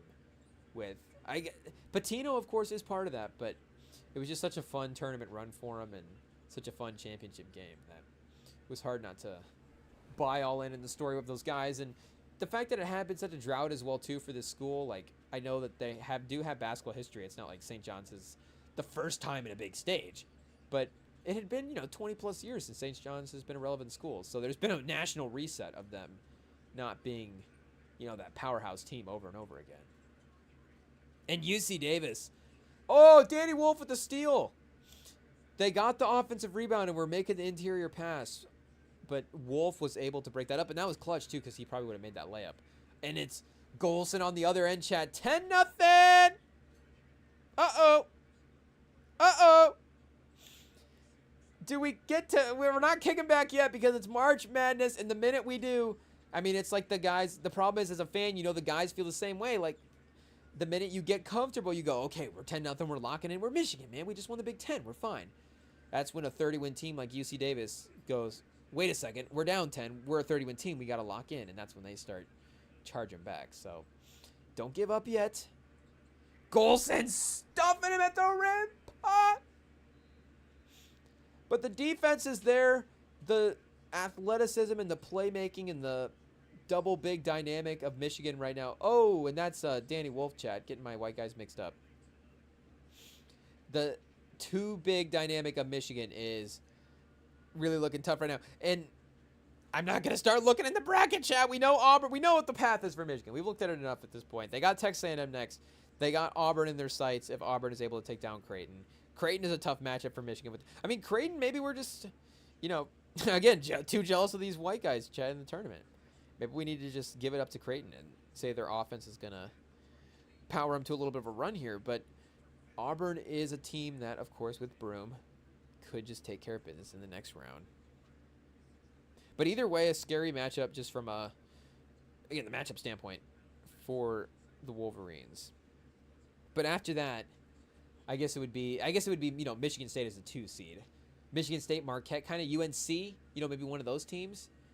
So, I mean, as you expect, the matchups start getting tougher. But Danny Wolf could be a guy, chat. Like, Mo Wagner turned into a player where you're never going to think back in college basketball and go, Mo Wagner was the best player in college basketball. But he could be the best player on a court in kind of any game. And, nigga, you get in the Villanova game, the talent on that Villanova team is overwhelming. And that's we'll always say that as well, too, chat, to make us feel better about that game. But that's literally, like, all-star lineup of guys. And a starting 5, like, I don't want to call it the best starting 5 in college basketball history, but just from what they're all able to accomplish in the NBA, like, they're all above average starters, chat, and that's even the lowest way to phrase it. Like we said, Brunson is on pace to be a Hall of Famer.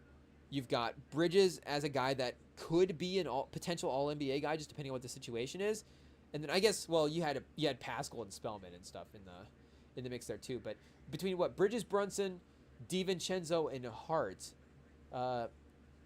is there a fifth guy that I'm just obviously leaving off? Yeah, Spellman and Pascal were the other guys in that run, and Arcidiacono as well too. But I guess 4 guys that are, double-digit scorers in the league, like real top 6 options. I guess not, real starting level options in the NBA. We just call them above level starters. But again, above level starter, you could bring him off the bench in a 6-man type role and still have productive, just depending on how he plays. There's different ways to use a guy in a lineup that type of way. But you look at the overwhelming talent on the team. And Michigan as well, like Duncan Robinson's had an NBA career. Mo Wagner's had a turnaround. He's having a really, really solid NBA career. Like, it turns out to be a really, really good Michigan roster as well too from an NBA standpoint. But Villanova is just a way better team. But throughout the tournament, Mo Wagner could just be the best player in the game. And Danny Wolf, I mean, he's given me Mo Wagner impact. Maybe that run is what we're looking at here if Michigan does do something special. Because like we saw in the Big Ten tournament, and, this roster, like I said in the bracket as well, athletically, we can compete with a lot of guys. It's just that consistency in the three-point shooting that is going to be, a determining factor for how many games they're able to win.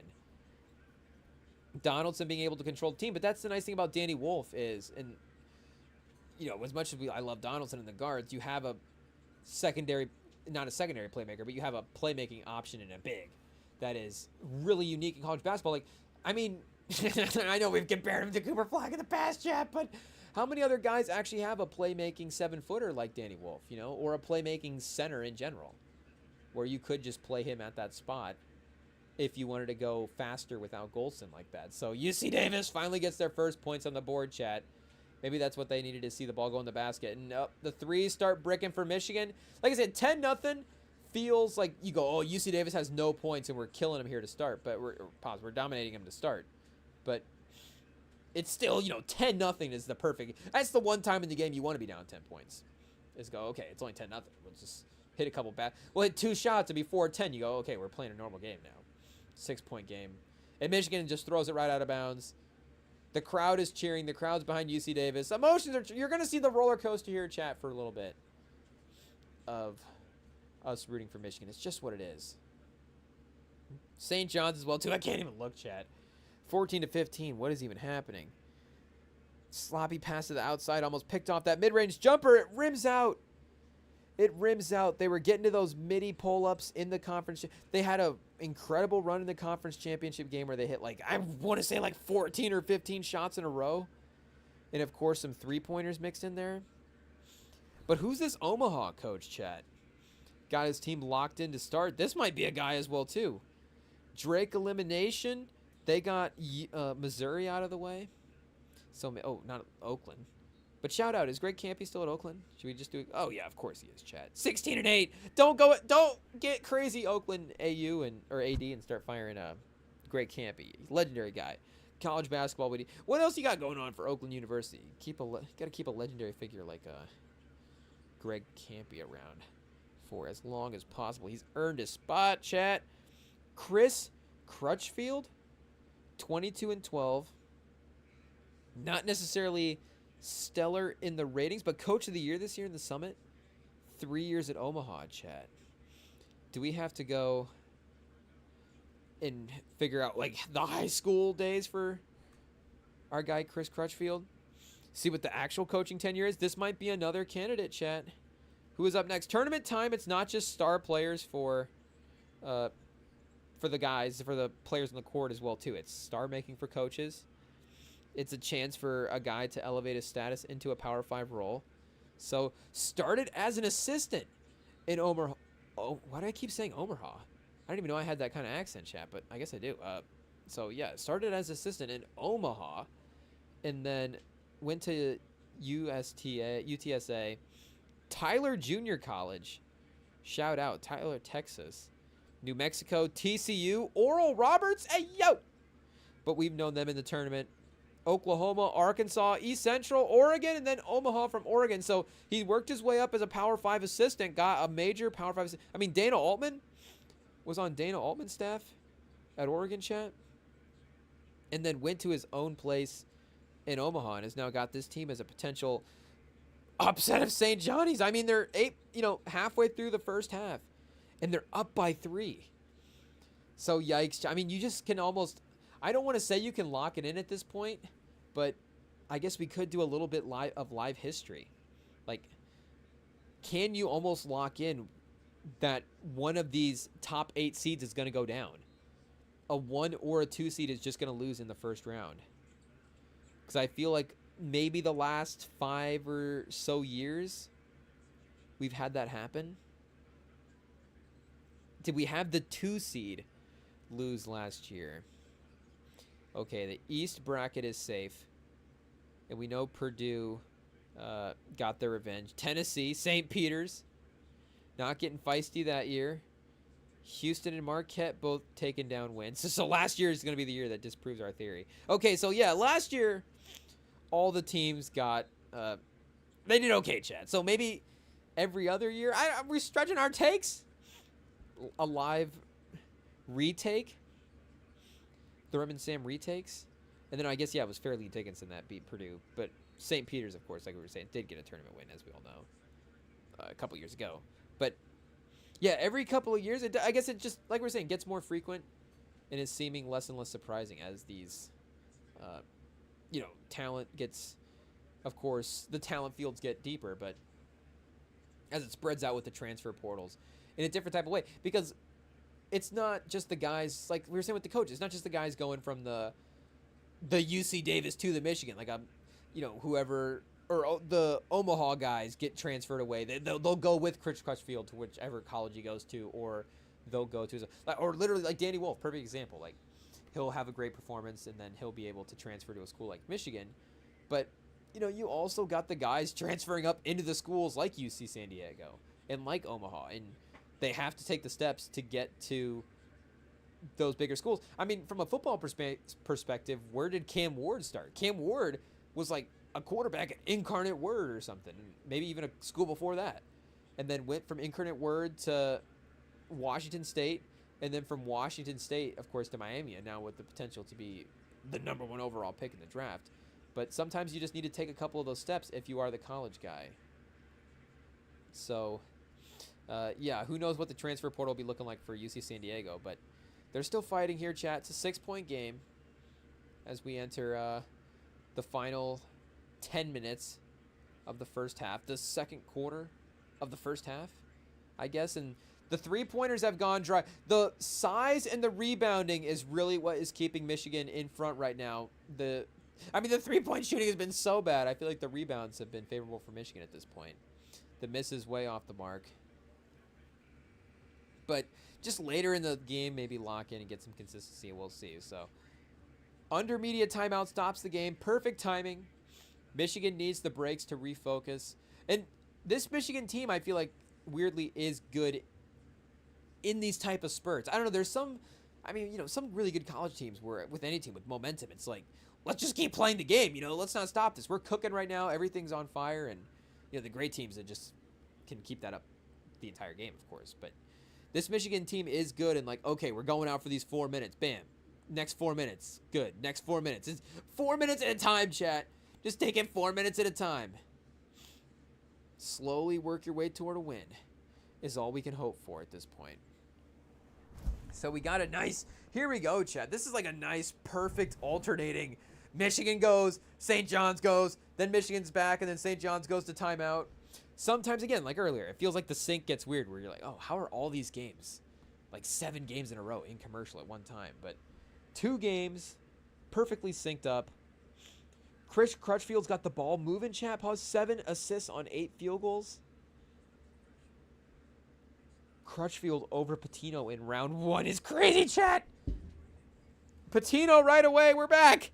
We're fully back. We've somehow managed the full Rick Pitino narrative cycle in like 10 days. It's just what it is. Oh, Crutchfield, a wide receiver at Omaha. A 2-sport athlete. Whoa. A major athlete himself, chat, and also a major athlete mine. Who's the guy? Okay, we'll look up the guy from Drake as well, too, because they did get the... So that would be the those would be the lower seeds that won, right? Because Calipari, I think, is staying in Arkansas for the next couple of seasons. So maybe, I guess, Yale sticking around, staying close. VCU being competitive with... BYU, maybe that coach could get... I guess I don't know what the major schools are going to be that are going to be switching up stuff at the end of the year. We'll see how those narratives form out as the tournament plays on. Maybe St. John's and Rick... Well, the St. John's opening. St. John's head opening spot be open after this game, chat. Maybe Crutchfield to St. John. They're like, we don't need Patino anymore. We just found our man. But we were looking at... let's see here, chat. Oh, yeah. I wanted to look up BYU and their coach real fast. Let's see who this guy is. Their current head coach, Kevin Young. And that would be a quick rise, year 1, taking over for Mark Pope, I guess, after Mark Pope leaves for Kentucky. So we need to give him a couple seasons to see if he's legit. How does he recruit, chat? Yeah, his first season as a head coach. Maybe Kevin Young is a little too young. And that Iowa State head coach is a name that, does he move up to the next big job? Obviously, Iowa State, big Power 5. So that's the type of thing, chat. Maybe... What's his name? Otzenberger? TJ Otzelberger?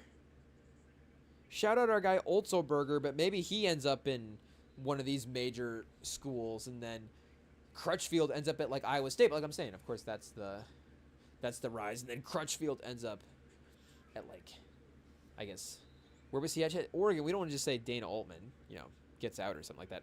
Arkansas takes over for Calipari down the road.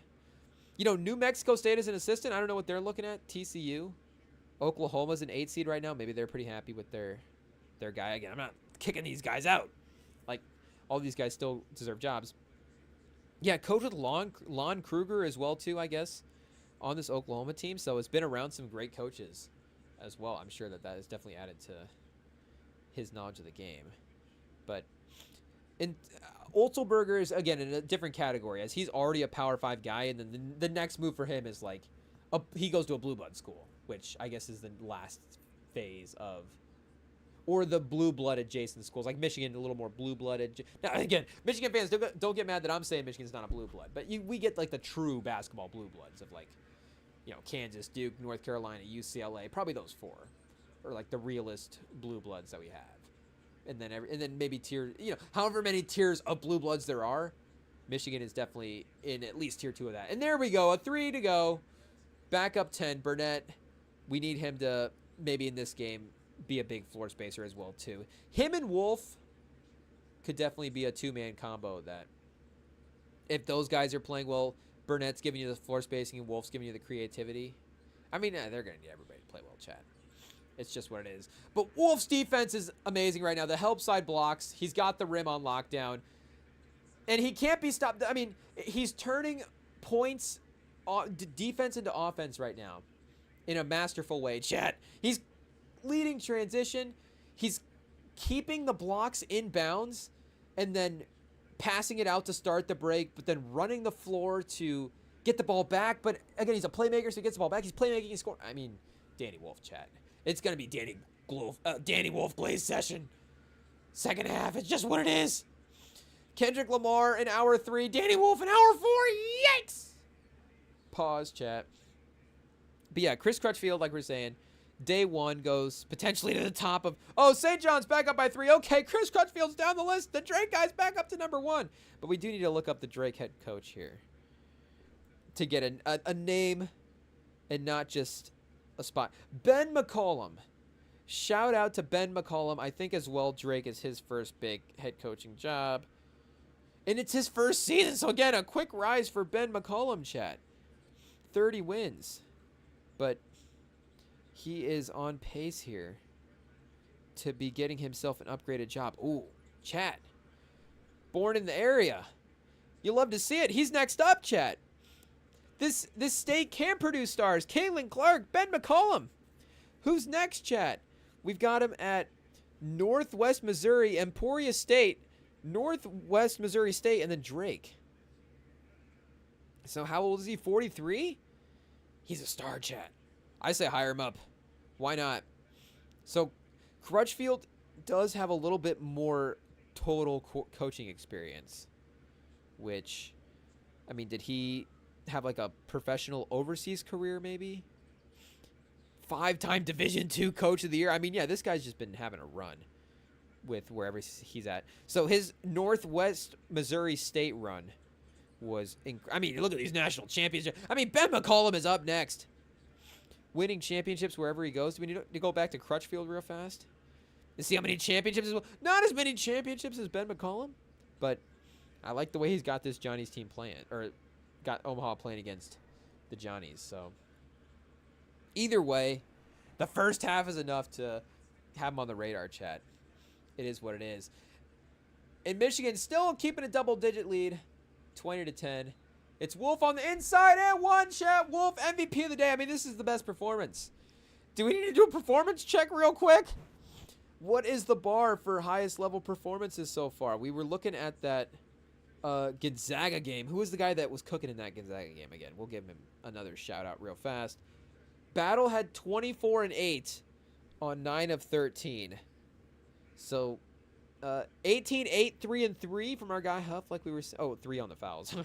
So an 18, 8, and 3, and a 13, 3, and 2. So yeah, 24, 8, and 2, 18, 8, and 3, 24, 8, and 2 is gonna win the day. And I guess we will have to go through all the games here, but to hit the high level performers in the main, in like the highest level games here. Louisville, a couple of 20-point guys, but Neal with 29 from Creighton. So Ashworth with 22, but Neal with 2 for 5 from 3, 11 of 16 from the field, and 6 rebounds, 5 of 9 from 3 free throws. So 29 and 12 and 6 is the bar to beat right now, Chad. Pretty good stat line, if I do say so myself. That is going to be a difficult one to get past for sure, if we're just looking number 1 stat line for the day. 21 and 8, 20 and 3 for our guy Braden, 23 and 6, I guess, for our guy Braden Smith. Nobody from High Point, nobody from High Point, unfortunately, even in a loss. Having a big day. Wisconsin versus Montana. How did that Tonji guy perform today? 15, okay. A solid 15. Blackwell with 19. 0 for 3 from 3. So probably not going to get the lead performer, but decent production from the Wisconsin bench today to get him past the win. Houston real fast. LJ Cryer. Maybe SIU Edwardsville just had one guy like put up all their points. Do they have a wilt? Nope. Looks like they don't. But 15 from our guy Cryer, 16 from Uzan. So they're probably not in the mix from a stat line perspective. I don't know if Broom had like a 30 and 10 today, but maybe he did. Let's see here. A 14 and 11, and Kelly with 23, 7 for 15 from three-pointer, just firing away. Baker Mazzara didn't even have a great game, so maybe he'll be motivated. Because again, he had an early exit in the last tournament as well too, so maybe he'll be motivated in the later rounds to have a good game. And you need him to get these bad performances out of the way too, maybe in some games where you don't need him as much. Some good performances in that Arkansas game. We mentioned Adebo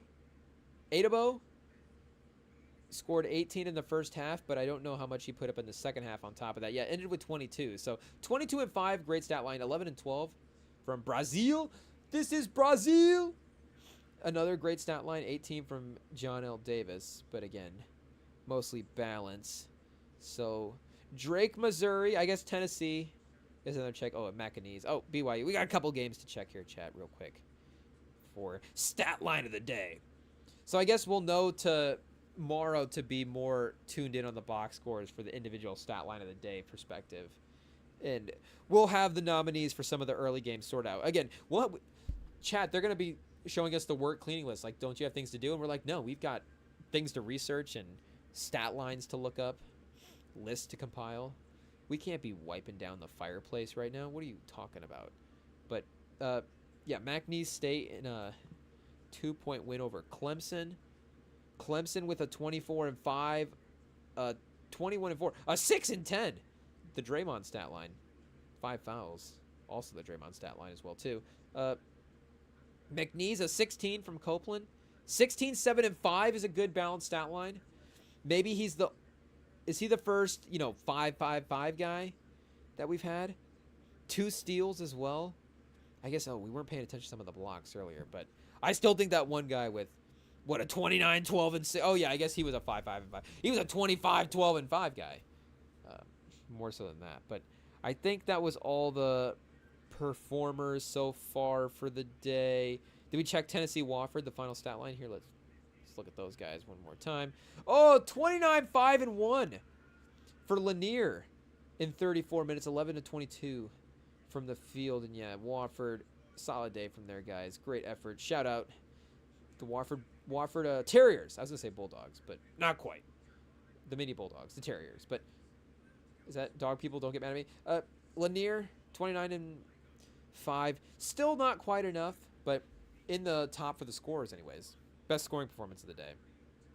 It is anybody stat-wise in this UCLA-Utah game cooking, as it looks like UCLA is pacing to put this one away.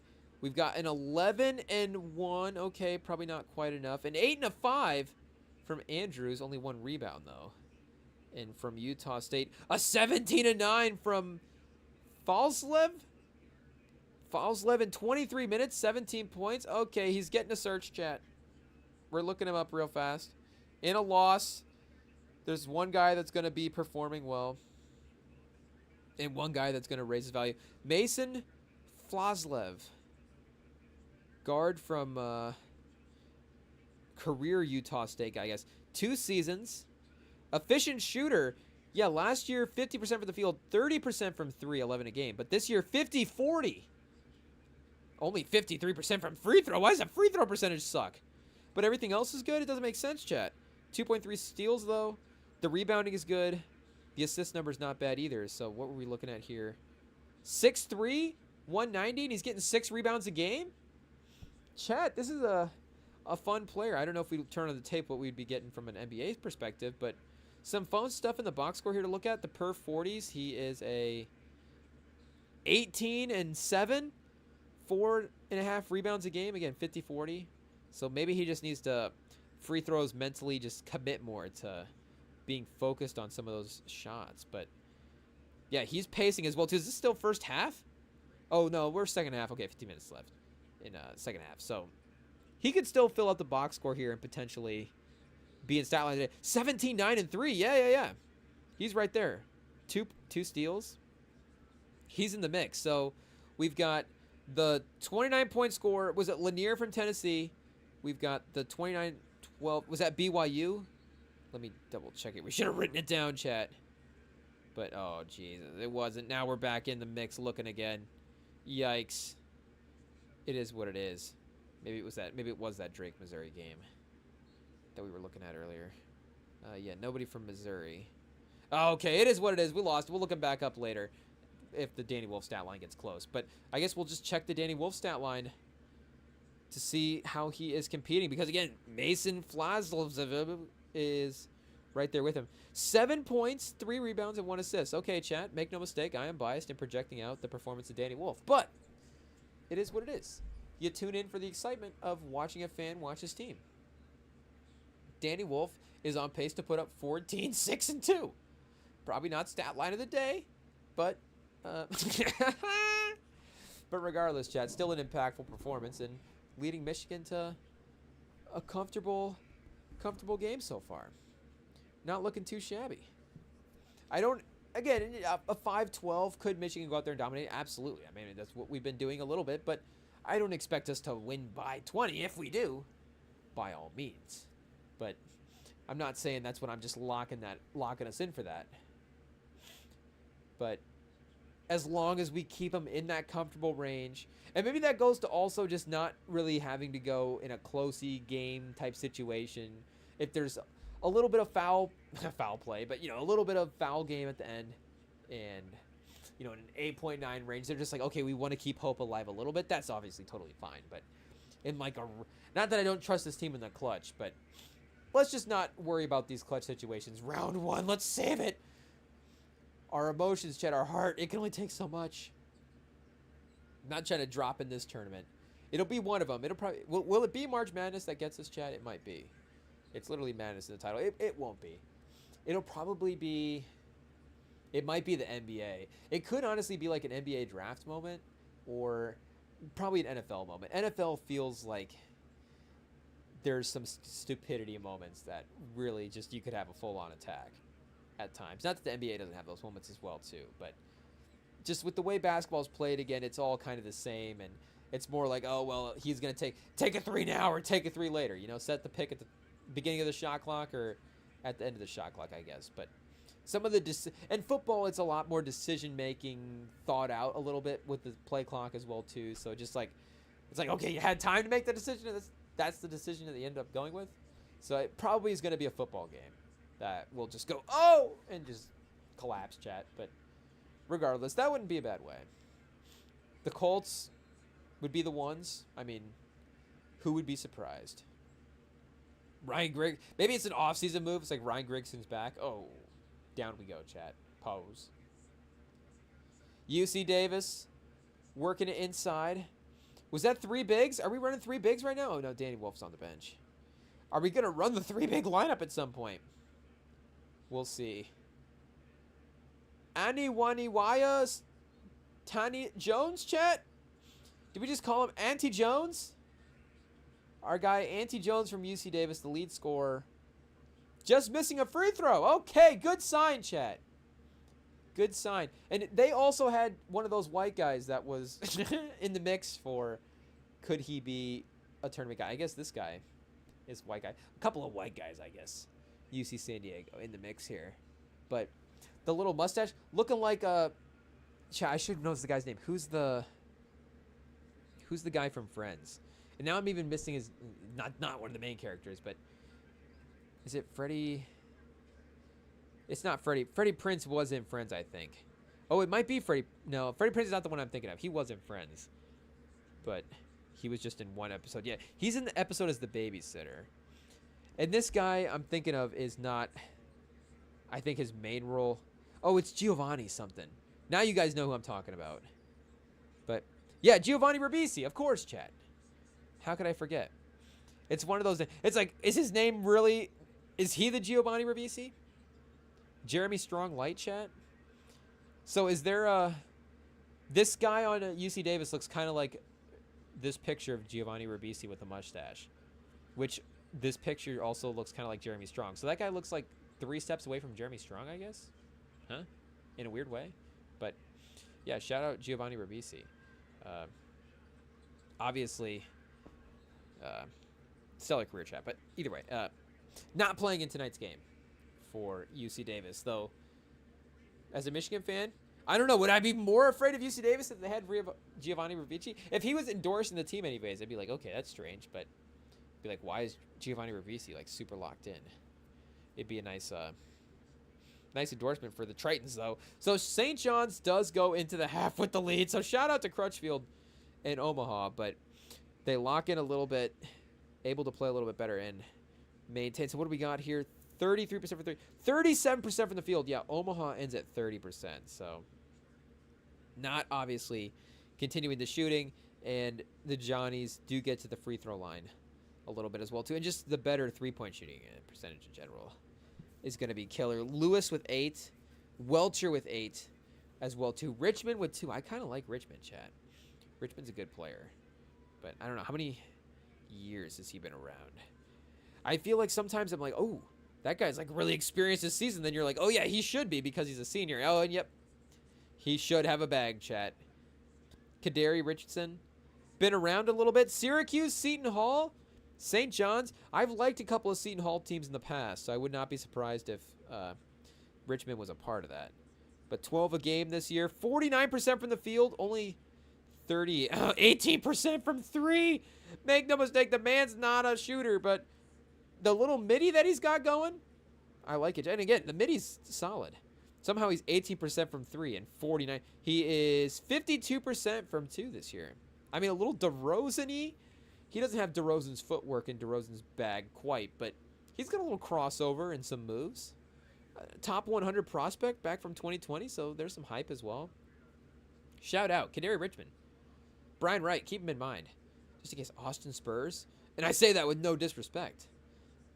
But, you know, sometimes there's a lot of roster spots to fill in San Antonio. It's not just the San Antonio Spurs. You also got the Austin Spurs as well, too, and it's an honor. It's an honor to be on both. You know, we would take the roster spot on the Austin Spurs if it was available to us, chat. So if Richmond doesn't want it, make no mistake, Brian Wright. We'll try out for the team. We'll try out for the Austin Spurs and the LA Sparks, chat. We'll be trying out for all the teams that'll be offering tryouts, I guess. Tom Brady, Speed, and Travis Hunter in the same commercial, chat. Unbelievable. The budget is gone. Everybody. And this commercial's got some runtime. And Sonny Lee. Whoa. And is that what, KD? Were all these people in the room at the same time? There's no way. That looked like they were all separate days. CGI. Tom Brady's talking to an intern off the screen, I'm pretty sure. Travis Hunter and Speed were not in the same shot together. Maybe they were, though. Those two guys might have had days available just at the same time. Who knows? But hopefully the Johnnies are able to keep it alive here in the second half. And UCLA as well, too.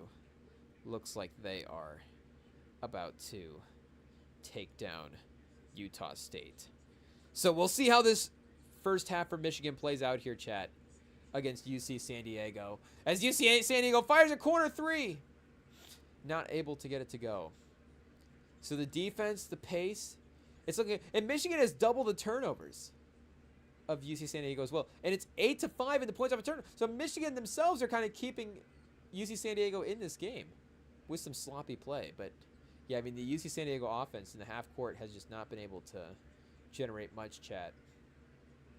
So maybe the UC Davis coach is a halftime wizard, but the dump inside to Golden, the quick turn, the easy bucket. And again, he was a guy that had a great tournament success, just a really effective piece for that Florida Atlantic team that they could bring in. And there's Giovanni Ribisi, chat. He finally gets a 3 to go. But, I mean, he was a big part of their offense and can be a mobile guy in the perimeter running around setting screens and then has a little playmaking ability. Handle getting a little loose, but it doesn't matter, chat. He's got the footwork. He's got the drop step. He's got the moves, and he's got the swooping layup. So it was Danny Wolf at first. It's Golden now. The size, the 7-footers are just too much, chat. I know the versatility of that lineup we were saying looked a little tempting, but for UC Davis. And Ribisi misses this time again. But Michigan, too much. So do we need to start looking up the Texas A&M roster, chat? I don't want to start planning ahead too much, but we've only got 1:50 left in the first half here.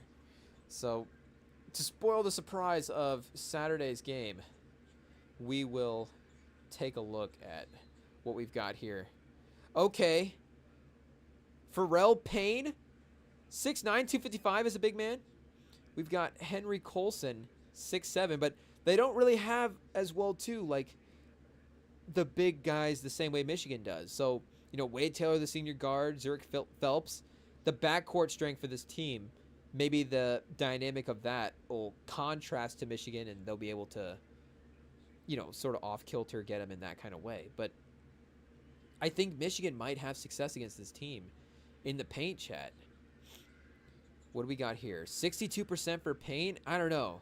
Maybe we get a guy that emerges onto the scene. Played against Michigan in the Big Ten here, Minnesota. His first couple of years in the league. 5 rebounds in 20 minutes as well. So maybe not a full interior player, or maybe not. Okay, 20 and 10 for his per 40 is not bad. But is he going to be stopping Danny Wolf, chat? We will see. We will see. But Burnett as well too, and Donaldson, like we're saying, they're not small guards. So I think they'll be able to hold up. Donaldson with Auburn, again, he's played in big moments and at least has had expectations. So this Michigan run might be a little bit easier for him, honestly, compared to what the Auburn expectations were last year.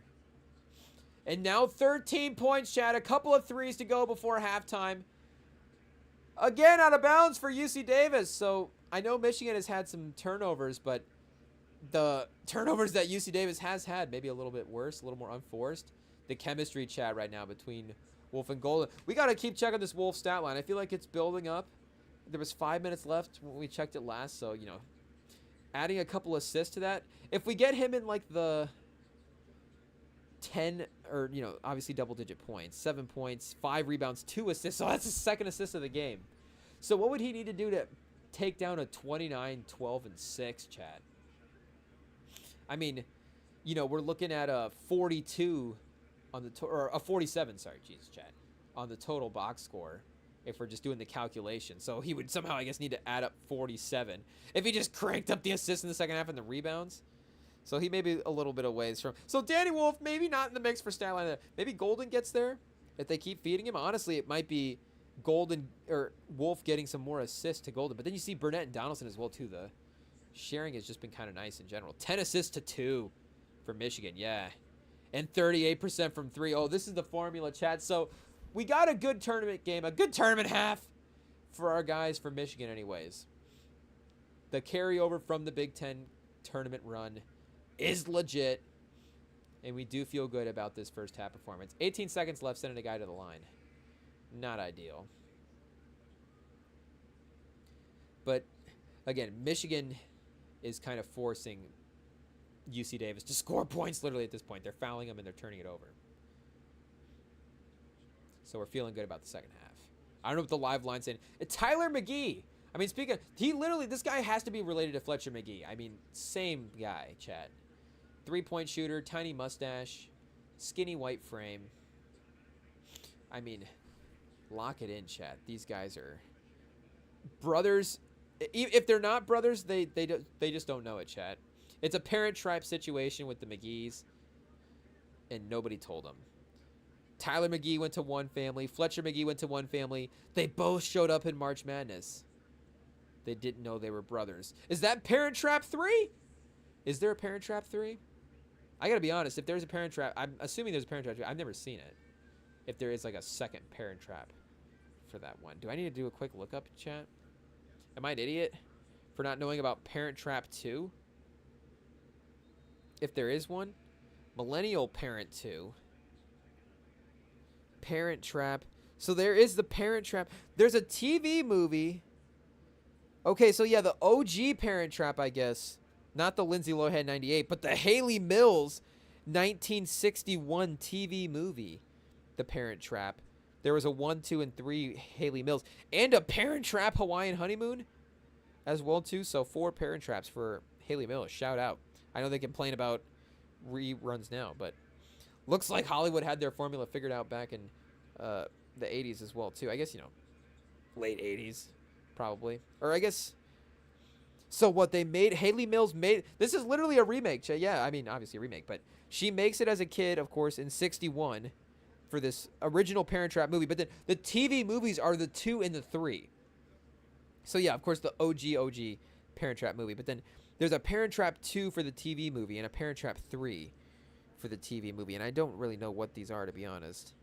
And these are way late 80s, so, you know, Haley Mills is older as well, too. But yeah, there's the Lindsay Lohan Parent Trap. I was going to say, if there was like a second Dennis Quaid, Lindsay Lohan Parent Trap, I wasn't familiar with that one. And of course, there's other versions of it-ish, but as just that story reline title anyways. But shout out to Michigan, 41-27 at the half. Johnny's leading at the half. UCLA leading with the second half, winding down. Texas Tech up early on UC Wilmington. So our bracket looks good, chat, at least to end the night as we wrap up here the day of college basketball. So great first day of hoops, as you would expect from the tournament.